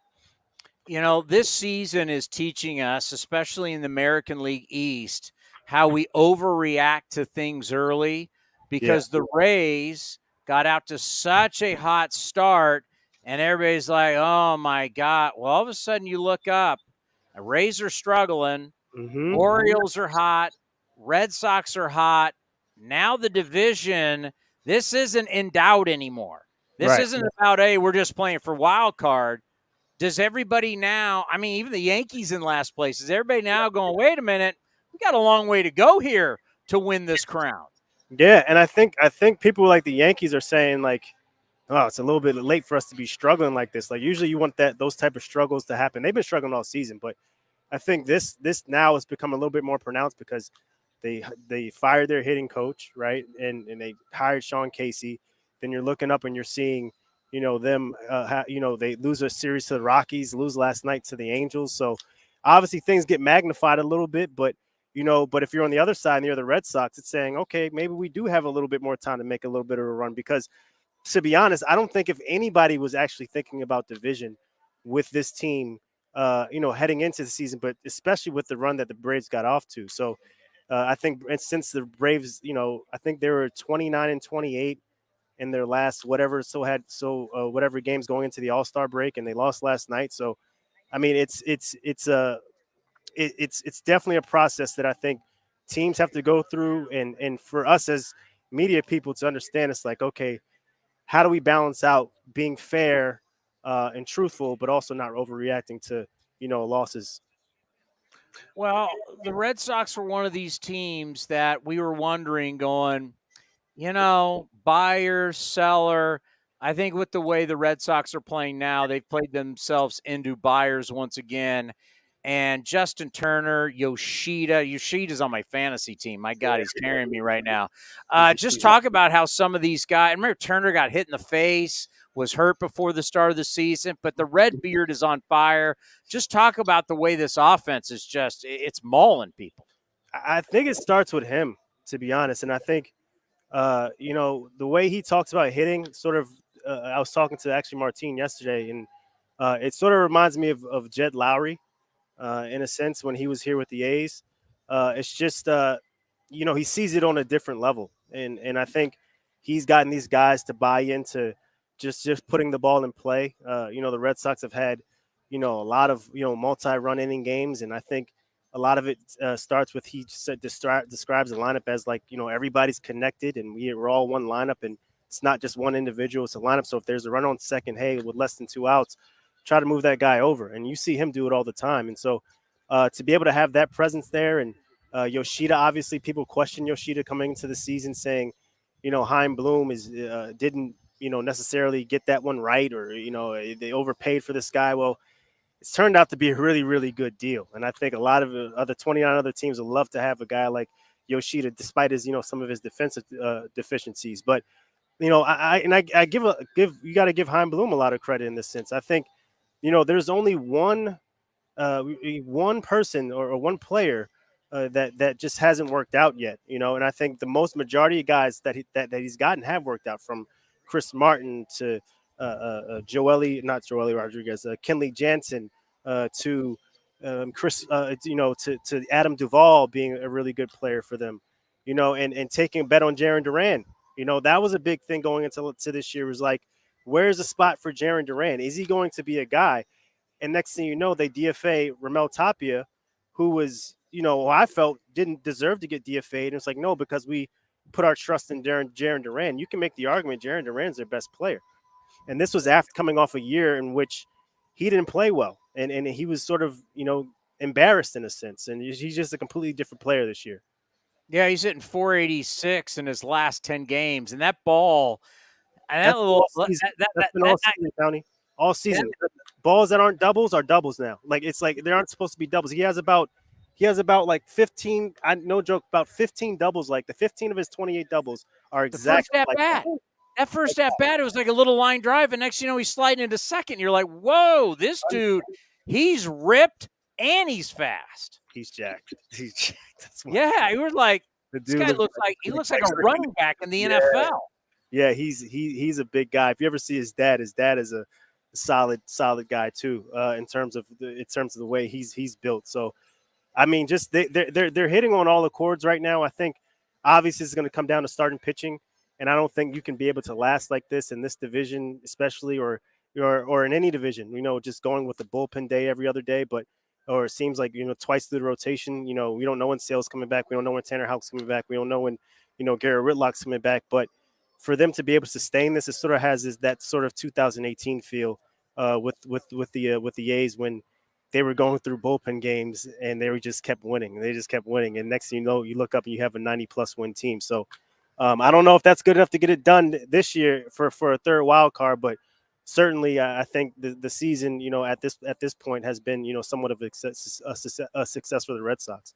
Yeah, I think about a guy like Paul Blackburn could be somebody. I mean, someone who you don't have to give up a whole lot of top. You won't even have to give up a top prospect. You got to give up something decent. But a guy like Paul Blackburn, you just need. It's like Boston just needs some starters. Give me somebody. Give me 5 or 6. Somebody with a pulse, right? It's just like that's what they need at this point. They just need somebody with the pulse that can not like, maybe okay, you can go out and you can give up 3 or 4 or 5 runs, whatever, but you can expect your offense, if that's a back end starter, right? I think you can expect that, and so you can expect your line to get back into it. Obviously with Paxton and Bayo, that's another one. Bayo has been a really bright spot for them, and just the way he's pitched, he's been one of the better pitchers in the big leagues for the last 2 months plus, and I think he has the makeup of a number 2 starter at least. But I think if you can get guys that can at least okay, they might give up some damage, maybe 3, 4, 5 runs maybe, but I think the offense on days will be prepared to say, hey, we got to win it with our offense today. But if you have that, I think you're in a better position to be able to make some type of playoff push. Should I be buying the rumors that there's this rift between Cora and Chaim Bloom? Yeah, I think there's this sometimes there's this disconnect between front offices and managers, and I think that's natural for any relationship. I'm sure when I was here that Bob Melvin didn't always agree with certain things that David Forrest or Billy Beane their vision in some ways, but ultimately it comes down to winning, and I think winning solves a lot of things. And I think there have been times where they may have sort of had rifts or disagreements on things, but I think ultimately in Cora's eyes is as long as you get him the guys and the players for him to be able to put out there to put together a successful team, I think he doesn't have any issues with that. And I think to this point, he's done a really excellent job managing. But again, I mean, his Heim has did a really, really good job in the offseason in terms of filling some holes. And they have Trevor Story coming back, who's starting a rehab assignment on Friday, which is pretty big news for them. Be able to get him back at shortstop. We'll see what the arm looks like. But I mean, to this point, you're looking at a team that I think can go on some sort of run here. It's going to be interesting. I mean, if you had to look in your crystal ball and you had to say, okay, I know we got a lot of time left, but these guys are going to win the AL East, which is one of the most competitive divisions we've ever seen. Who are you picking? I'm going to still go with the Rays, but I think I'm going Baltimore. I think Baltimore just has the right blend of veteran leadership, Cedric Mullins and those guys, and Adley Rutschman. You see him come in. I think he's sort of Buster Posey like, where he came in and it's just like immediate impact. And Gunnar Henderson and those guys. I think the one thing that might get them is that their youth, but I don't necessarily know if we'll see that in the season. I think you might see some of their youth come through in the playoffs, but I mean, just the way they've been playing. I mean, I've been on the Baltimore train for about a couple of years now, so I think they have a lot of guys and players, and they have hit on a lot of these guys, and it's pretty special to watch. An organization have a vision for something, and it come through. Mike Elias has done a really, really good job with that franchise. Will Shohei Ohtani have any type of effect on the AL East run? I can't see them doing that. It's just like I was having this conversation like last night. Like, what's the blueprint, right? Like on both sides, it's like if you're, say, the Red Sox, it's like, am I giving up too much? Can this guy really, if he suddenly just a DH or a pitcher, geez, I gave up 10 prospects. Is that too much? Like, and then on the other side, it's like, am I getting enough for him? You know what I mean? Am I really getting enough for a generational talent? I mean, a once in a lifetime, talent that sort of we've never ever seen before. So there's really ever no blueprint for him. I think he should have his like own free agency where it's just like Ohtani month, where people can just go through all the data and everything that they want and just like cramming for an exam, because it's a fascinating thing. And I'm not sure if you can actually put together something on the whim like this during a season and trade this guy. I don't know. I think that's just the risk that you have to take and just say like, hey, we can offer you this and hopefully you stay. But it's going to be tough, man, when you have people shouting your name in Seattle saying, come to Seattle. You have Dodger players saying, come to, Dodgerland. And I saw in that GQ article, he said that stuff is a little bit different on the East Coast when you go to like Boston or a Yankee Stadium. So it's going to be interesting to watch, but it'll be tough. It'll be tough. I don't know. He's just a rental. So I know. Are we talking Tampa Bay Ray great Shohei Ohtani or Baltimore Oriole great Shohei Ohtani? Just a rental for the tournament. Hey, if there's one team that should be okay with giving up some prospects, I think it should be Baltimore, because every other day I see a Jeff Passan tweet saying, breaking, the Baltimore Orioles are calling up this. Yeah. Their number ranked, fifth in MLB recent MLB Pipeline's recent projections for players who are going to be Hall of Famers. It's like, where are they finding these guys? So I think if there's any team that had the haul to be able to get him for a rental and still be okay, it's probably the Orioles. All right. Hey, man, I wish I could be there, give you a hug. I know you guys only come to town one time. Miss you. Sorry, I got to be in SF to do a little TV, but I hope all is well. I hope the family is good.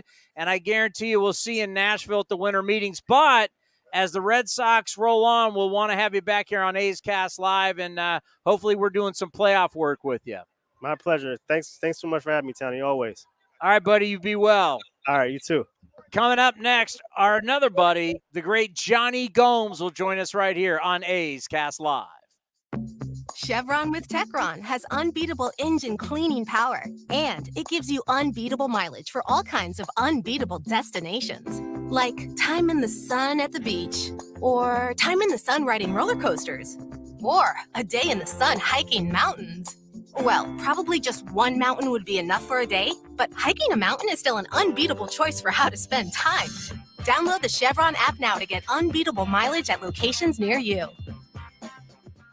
It's summertime, and I can guarantee you probably need to redo your wardrobe. You want to look good, and you want to feel comfortable. This is Chris Townsend, and you got to go check out my friends at Link Soul. They've got all the finest fabrics. You're going to love the shirts, the polos, the shorts, you name it. Redo your look for summertime. Go to linksoul.com right now, and you can get an offer for 20% off. Remember, in the big leagues, to play good, you got to look good. If you're looking for a great place to eat and watch games, go see our friends at the Chicken Pie Shop of Walnut Creek. The Chicken Pie Shop is one of the hottest restaurants in Walnut Creek. You're not going to find a better menu, and come try their world-famous chicken pie that has been served in Southern California for 86 years. Spacious indoor and outdoor dining, perfect for your next private party or corporate event.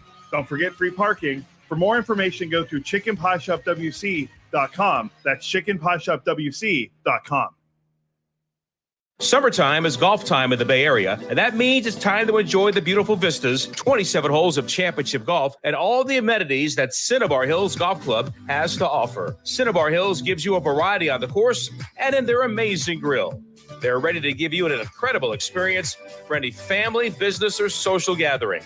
Nestled in the quiet hills of San Jose, summertime fun awaits you at Cinnabar Hills Golf Club. Learn more at cinnabarhills.com. That's cinnabarhills.com. And the underdogs Oakland Athletics win their first championship since they were in Philadelphia in 1930. Hi, I'm Raleigh Fingers, Hall of Famer, three-time World Series champion with the Oakland A's and World Series MVP. Winning takes teamwork, skill, and heart. So when you need an ace for a personal injury lawyer that will win you the game, go with the winning team. Call Venardi Zerata at 833-VZ-for-me or go to vzlawfirm.com. Venardi Serrata, the official injury law firm of the Oakland A's. Saddle up for a country fireworks show presented by UBO. Enjoy a mix of the best country hits after the A's take on the Houston Astros on Saturday, July 22nd. Tickets are available at athletics.com/tickets. That's athletics.com/tickets. Like sports, business is about winning. Championship decisions are business decisions based on what it takes to help your company win. And that's why there's UBO Business Services, specializing in helping you win every day by streamlining workflows, managing documents, and providing the best-in-class office technology. Make your championship decision with UBO Business Services. Visit them at ubeo.com. That's ubeo.com. If you're looking for the latest green and gold gear for the 2023 season, then look no further than athletics.com/shop for your officially licensed gear. That's athletics.com/shop. Thanks to the Xfinity 10G network, my little brother's friends won't leave our house. When I was their age, internet with basically no interruptions was a pipe dream. You sound like my grandpa. Now through September 21st, new customers can get 1.2 gig internet plus unlimited data for just $25 a month for 2 years with no annual contract. When you add Xfinity Mobile, go online, call 1-800-XFINITY, or visit a store today. Requires pre-bill bill and an auto-pay stored bank account. Restrictions apply. Taxes and fees extra. Xfinity Mobile requires Xfinity internet. After promo, regular supply to internet service and Wi-Fi equipment. Actual speeds vary. Innovation. It's at the core of Cal State East Bay, like at our Green Biome Institute, where faculty and students preserve genetic information from California's endangered plants, or how we open doors for local entrepreneurs at our Small Business Development Center. From educators to nurses to STEM professionals, Cal State East Bay has real impact throughout the region's neighborhoods, boardrooms, and the entire economy. Be part of the innovation. Connect with Cal State East Bay at csueastbay.edu/impact. Streaming from the East Bay, A's Cast Live continues with Chris Townsend. All righty. Earlier today, we were able to catch up with our buddy Johnny Gomes in just a little bit. On the TV side, I'll be doing A's pre- and post-game live with him on NBC Sports California. Tomorrow, we will have the day off because it is a day game. Thursday, we will be back at 4 o'clock. Another great edition of A's Cast Live. Do you have any idea, Cody, who we will be chatting with? I'm glad you actually brought that up. I talked to our good friend Steve Sparks. Sparksy of the Astros, and I literally text him. I'll give you family friendly version. I said, "Hey, Sparksy, we're going to be in the TV studio on Thursday. Any chance you can come on, do it over video?" His response back was, and I'm paraphrasing, "F no," is what he said back. And I said, "Sparksy, it's great to hear from you too." And he said, "Absolutely anything for you guys." Former knuckleballer. Talk to him about being traded. Well, there's a lot to get into with Sparksy on Thursday. Anything else?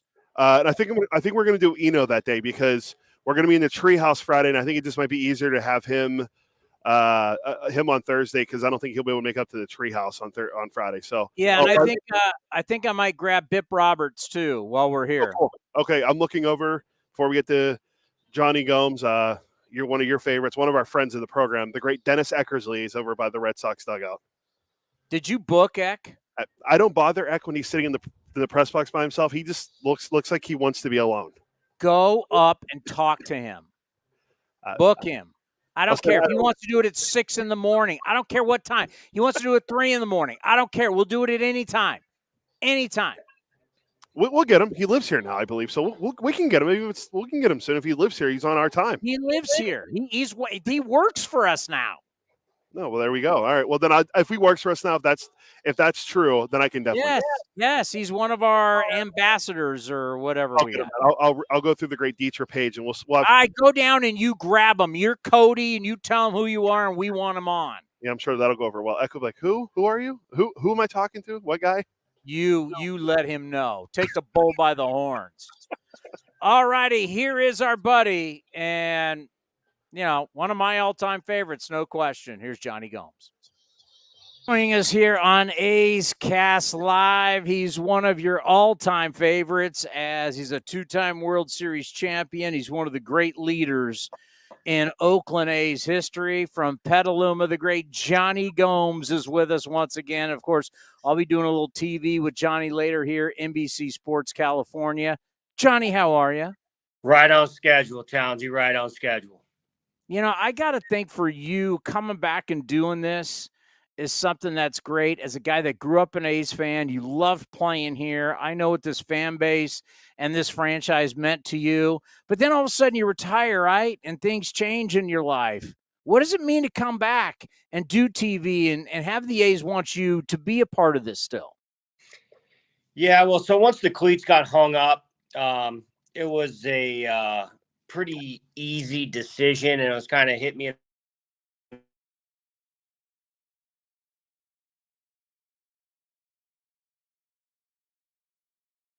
some insurance or invest in that or climb the freaking crypto chain or the .com disc or whatever.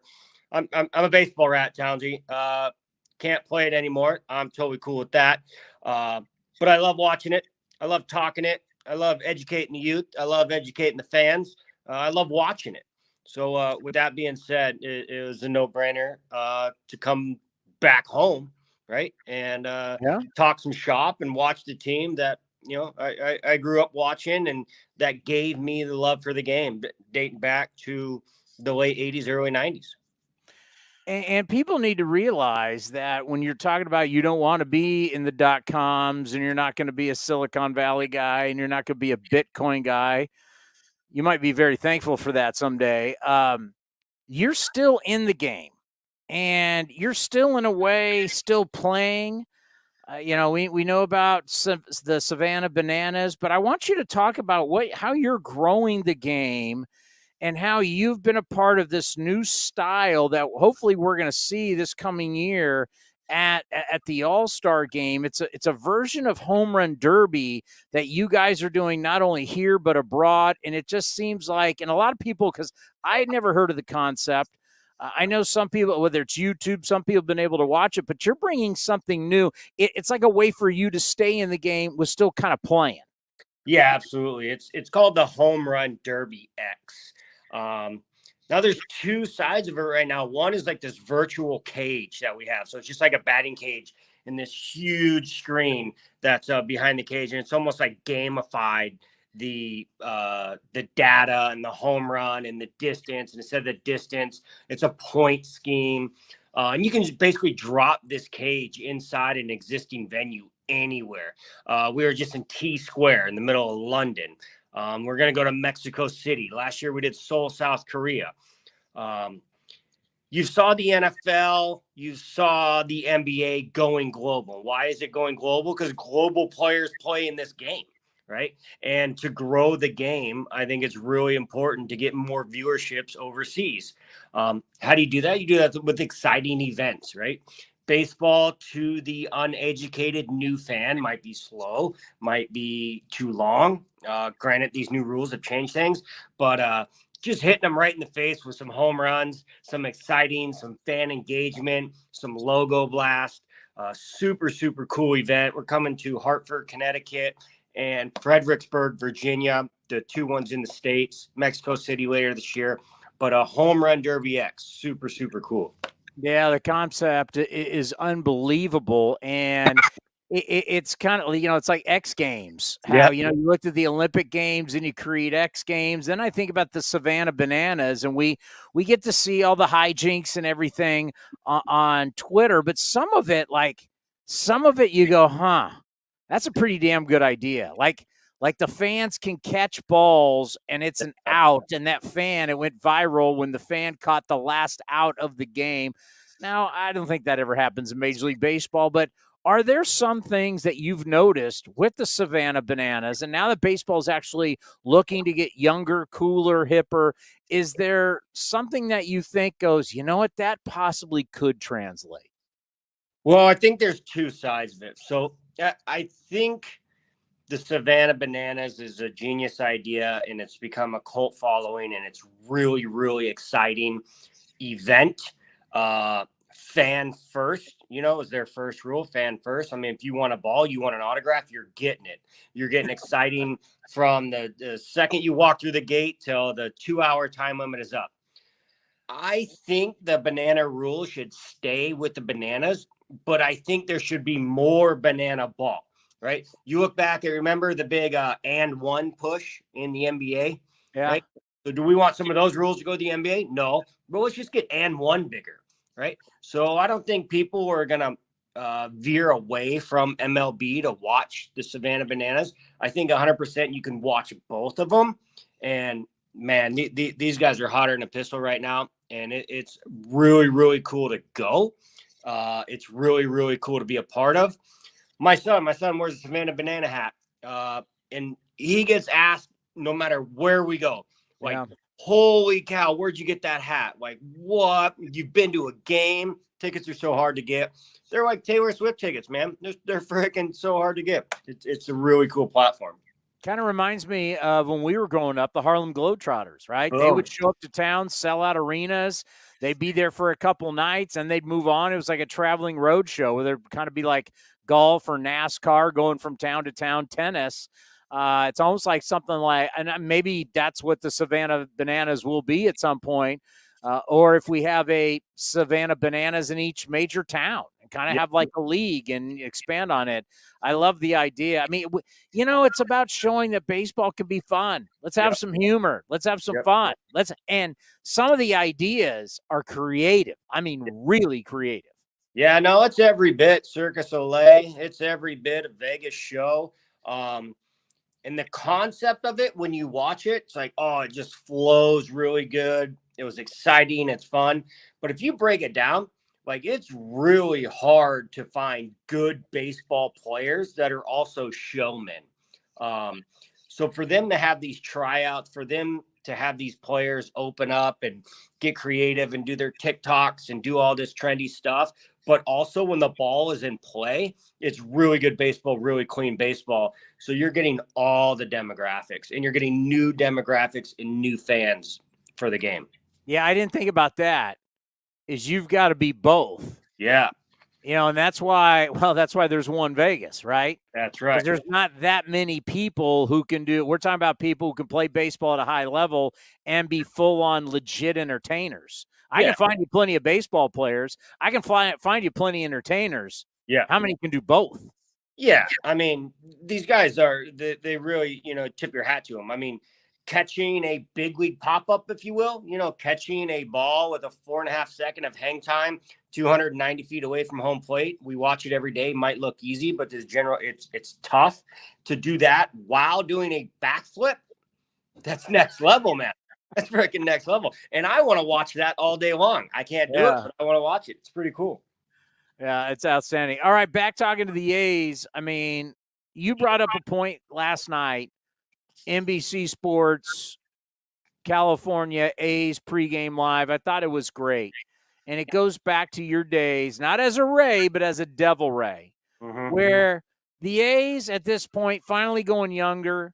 The average age of the opening day lineup was almost 30. Now it's 25.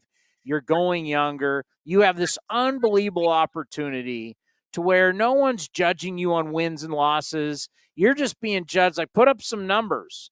And you talked about playing with your hair on fire. You got nothing to lose. Yeah. How do you install that as a guy that's been a leader in a clubhouse and a leader in the clubhouse here in Oakland? How do you install them in these guys? Because they're young and obviously, they're trying to figure out, and it's kind of like, no. Go out there and play to win, attack. I want you to be in attack mode for 9 innings. Yeah, man, like I mentioned, it's like, playing blackjack or, gambling with your own money, can be a nightmare at times. But if someone was to hand you the money and was like, here you go, whatever you win, you get to keep, right? So you get to double down on stupid stuff. You get to hit on 18, 19 if you want. You can do whatever you want. And because you're not losing your own money. So you get to play rambunctious. You get to do silly things. You get to challenge yourself, take bigger leads, right? Try and steal third with 2 outs. Do stuff like take the leash off, take the governor off. Like 0-2 pitch, don't shoot it the other way. Freaking try and pull a homer. Who cares?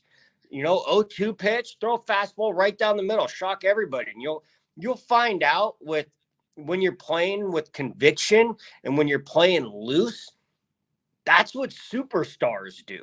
And it's really hard to get to that level.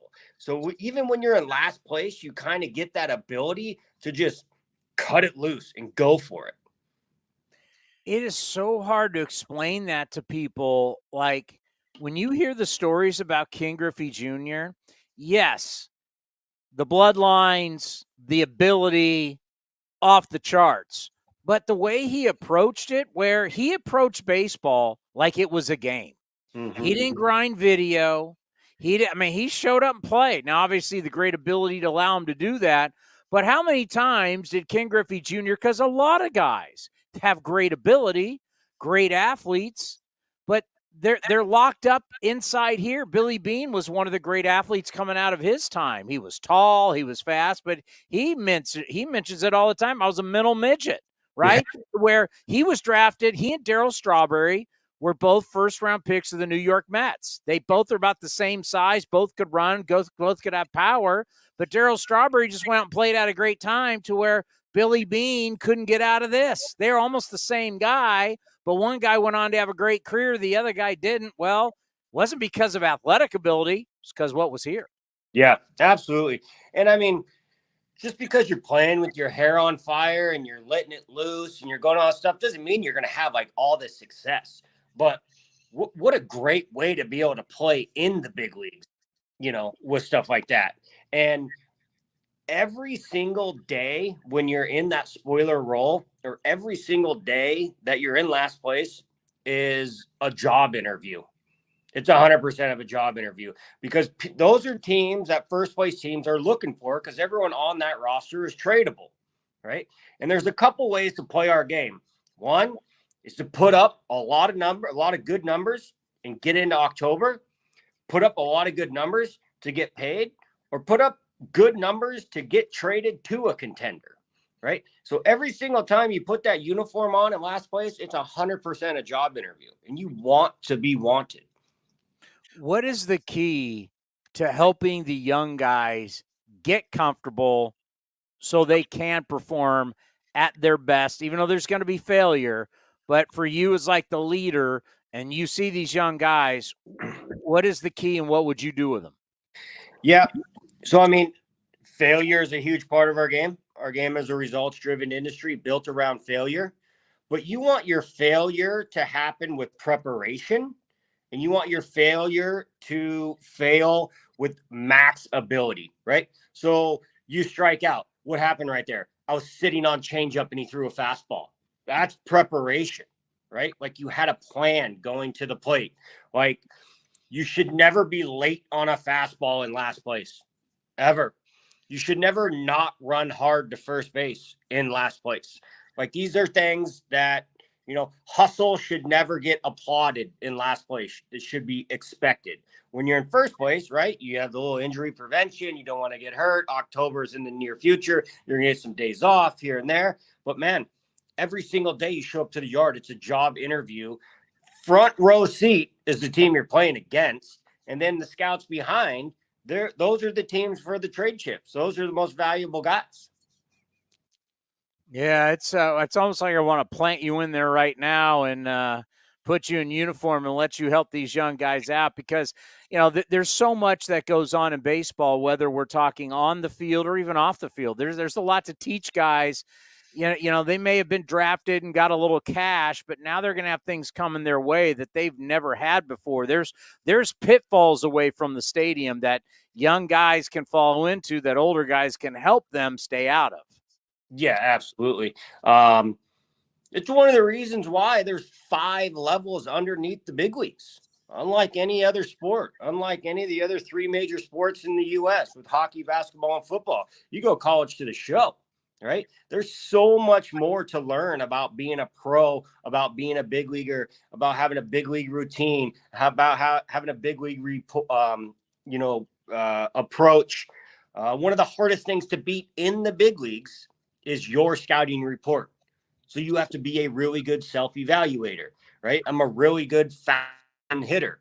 So guess what you're not going to see majority of the time, right? You got to be able to switch. You hit a home run on a fastball. Probably not going to see that again. You have a really good series. You have to go back and look, how was I pitched? Not going to get pitched that way the same way. We've talked, and we're going to do this later on TV. We're going to be talking about Shohei Ohtani and the whole. Everybody's like, is he going to get traded? Is he not going to get traded? What should he get traded for? He's just a rental. Where will he sign? It's a simple question right now. From the Angels' point of view, everybody else's point of view, obviously, if you bring Ohtani in, he helps you for your playoff run. He helps you once you get into the tournament. He helps you so many different ways. He's basically 2 players in one. We know all of that. But our game is just not all about that. This is a business. So I've brought up the point. Shohei Ohtani to the Angels is big money. I mean big, big, big money. It's big international money. We have seen it on our standpoint. When Shohei Ohtani shows up, we have people calling us who want to put Japanese advertisements behind home plate. So we make money off Shohei Ohtani internationally. So you can just imagine what they make off of him. I have brought up today in today's show, if we remember back to the World Baseball Classic, the last 2 games Team Japan played, somewhere between 80 to 90% of all televisions were on the World Baseball Classic in Japan. There's massive power with Shohei Ohtani staying with the Angels, especially if he's going after the home run record, which we didn't really do that much with Judge, but I wonder what we'll do with him about it being the clean record, if he's able to do it, and how they'll perceive it as a Japanese player having the all-time record in the United States. This thing could be massive. I think could be in the hundreds of millions when you talk of what the Angels could make if they keep him versus the baseball sense of the deal is, listen, I'm probably not keeping him at the end of the year. I don't want to be bad for years to come. Can he get me 5 to 6, whatever it is, whatever number you want to put on it, prospects? We know not all of them will hit. Hopefully some of them will, and that'll help us be better in the future. What's more important if you're the Angels? Wow. I mean, there's a lot to unfold. There really is. And I can only imagine these meetings that are getting had. So you can't forget that, the Angels were almost for sale. And then They weren't, right? Probably because of the money that Ohtani was bringing in. And you're going to be in the green 1,000% by hanging on to the team one more year or multiple years. Now, you look at some of the huge trades, like in our past, I mean, all the way going back to Babe Ruth, right, was traded. But you can talk about like A-Rod going from Texas to New York. You can talk about a Roger Clemens. You can talk about a Pedro. You can talk about the 2012 Red Sox, the huge trade, Adrian Gonzalez, Josh Beckett, Carl Crawford going to L.A. Majority of these trades are actually like salary dumps. You can talk about Max Scherzer and Trey Turner from Washington to L.A. And because these guys were coming up on free agency and the organization probably couldn't afford them. And Evan Longoria, David Price in Tampa. The Angels can afford him. They really can keep him. But the haul you can get for this guy is unlike any other trade in history, even as a rental. Now, to get this guy for what you have to give up, you have to be, it's World Series or bust. So how many of those teams are out there? That's interesting. And there's probably every single exec on the team that he could get traded to in these meetings, scouting their players, who to give up, how much money to take, all this stuff. But it really comes down to one dude, and that's Artie Moreno. If Artie says yes, he goes. If Artie says no, he doesn't go. His whole thing comes down to one guy. Well, what do you do if you're Artie Moreno? What do you do? I mean, it's a lot. I mean, it's the kind of money. Once we really learned this from the World Baseball Classic, it's the kind of money you can go buy a bunch of players. I mean, this has potential for big money, and reality is, some of those, once all those prospects hits, that's great, and that could help you for years to come. I mean, what do you do? Do you go with the money or do you go with the future? It's the craziest thing you could ever imagine right now, because you are kind of arguing that Ohtani is a lot more valuable than Mike Trout, the best guy in this game in the last 80 years. Yeah. What if, they trade Trout to Philly and give Ohtani $600 million? How about that? I mean, there's a lot on the line. How long does Artie plan on keeping the team? It's a really, really cool track record to follow hourly and daily in our game. Do you trade him or not if you're Artie Moreno? Well, it depends on how long I plan on keeping the team, to tell you the truth, because you could, I mean, it's the only guy in the game right now, literally the only guy in the game that your minor league system could jump 18 spots.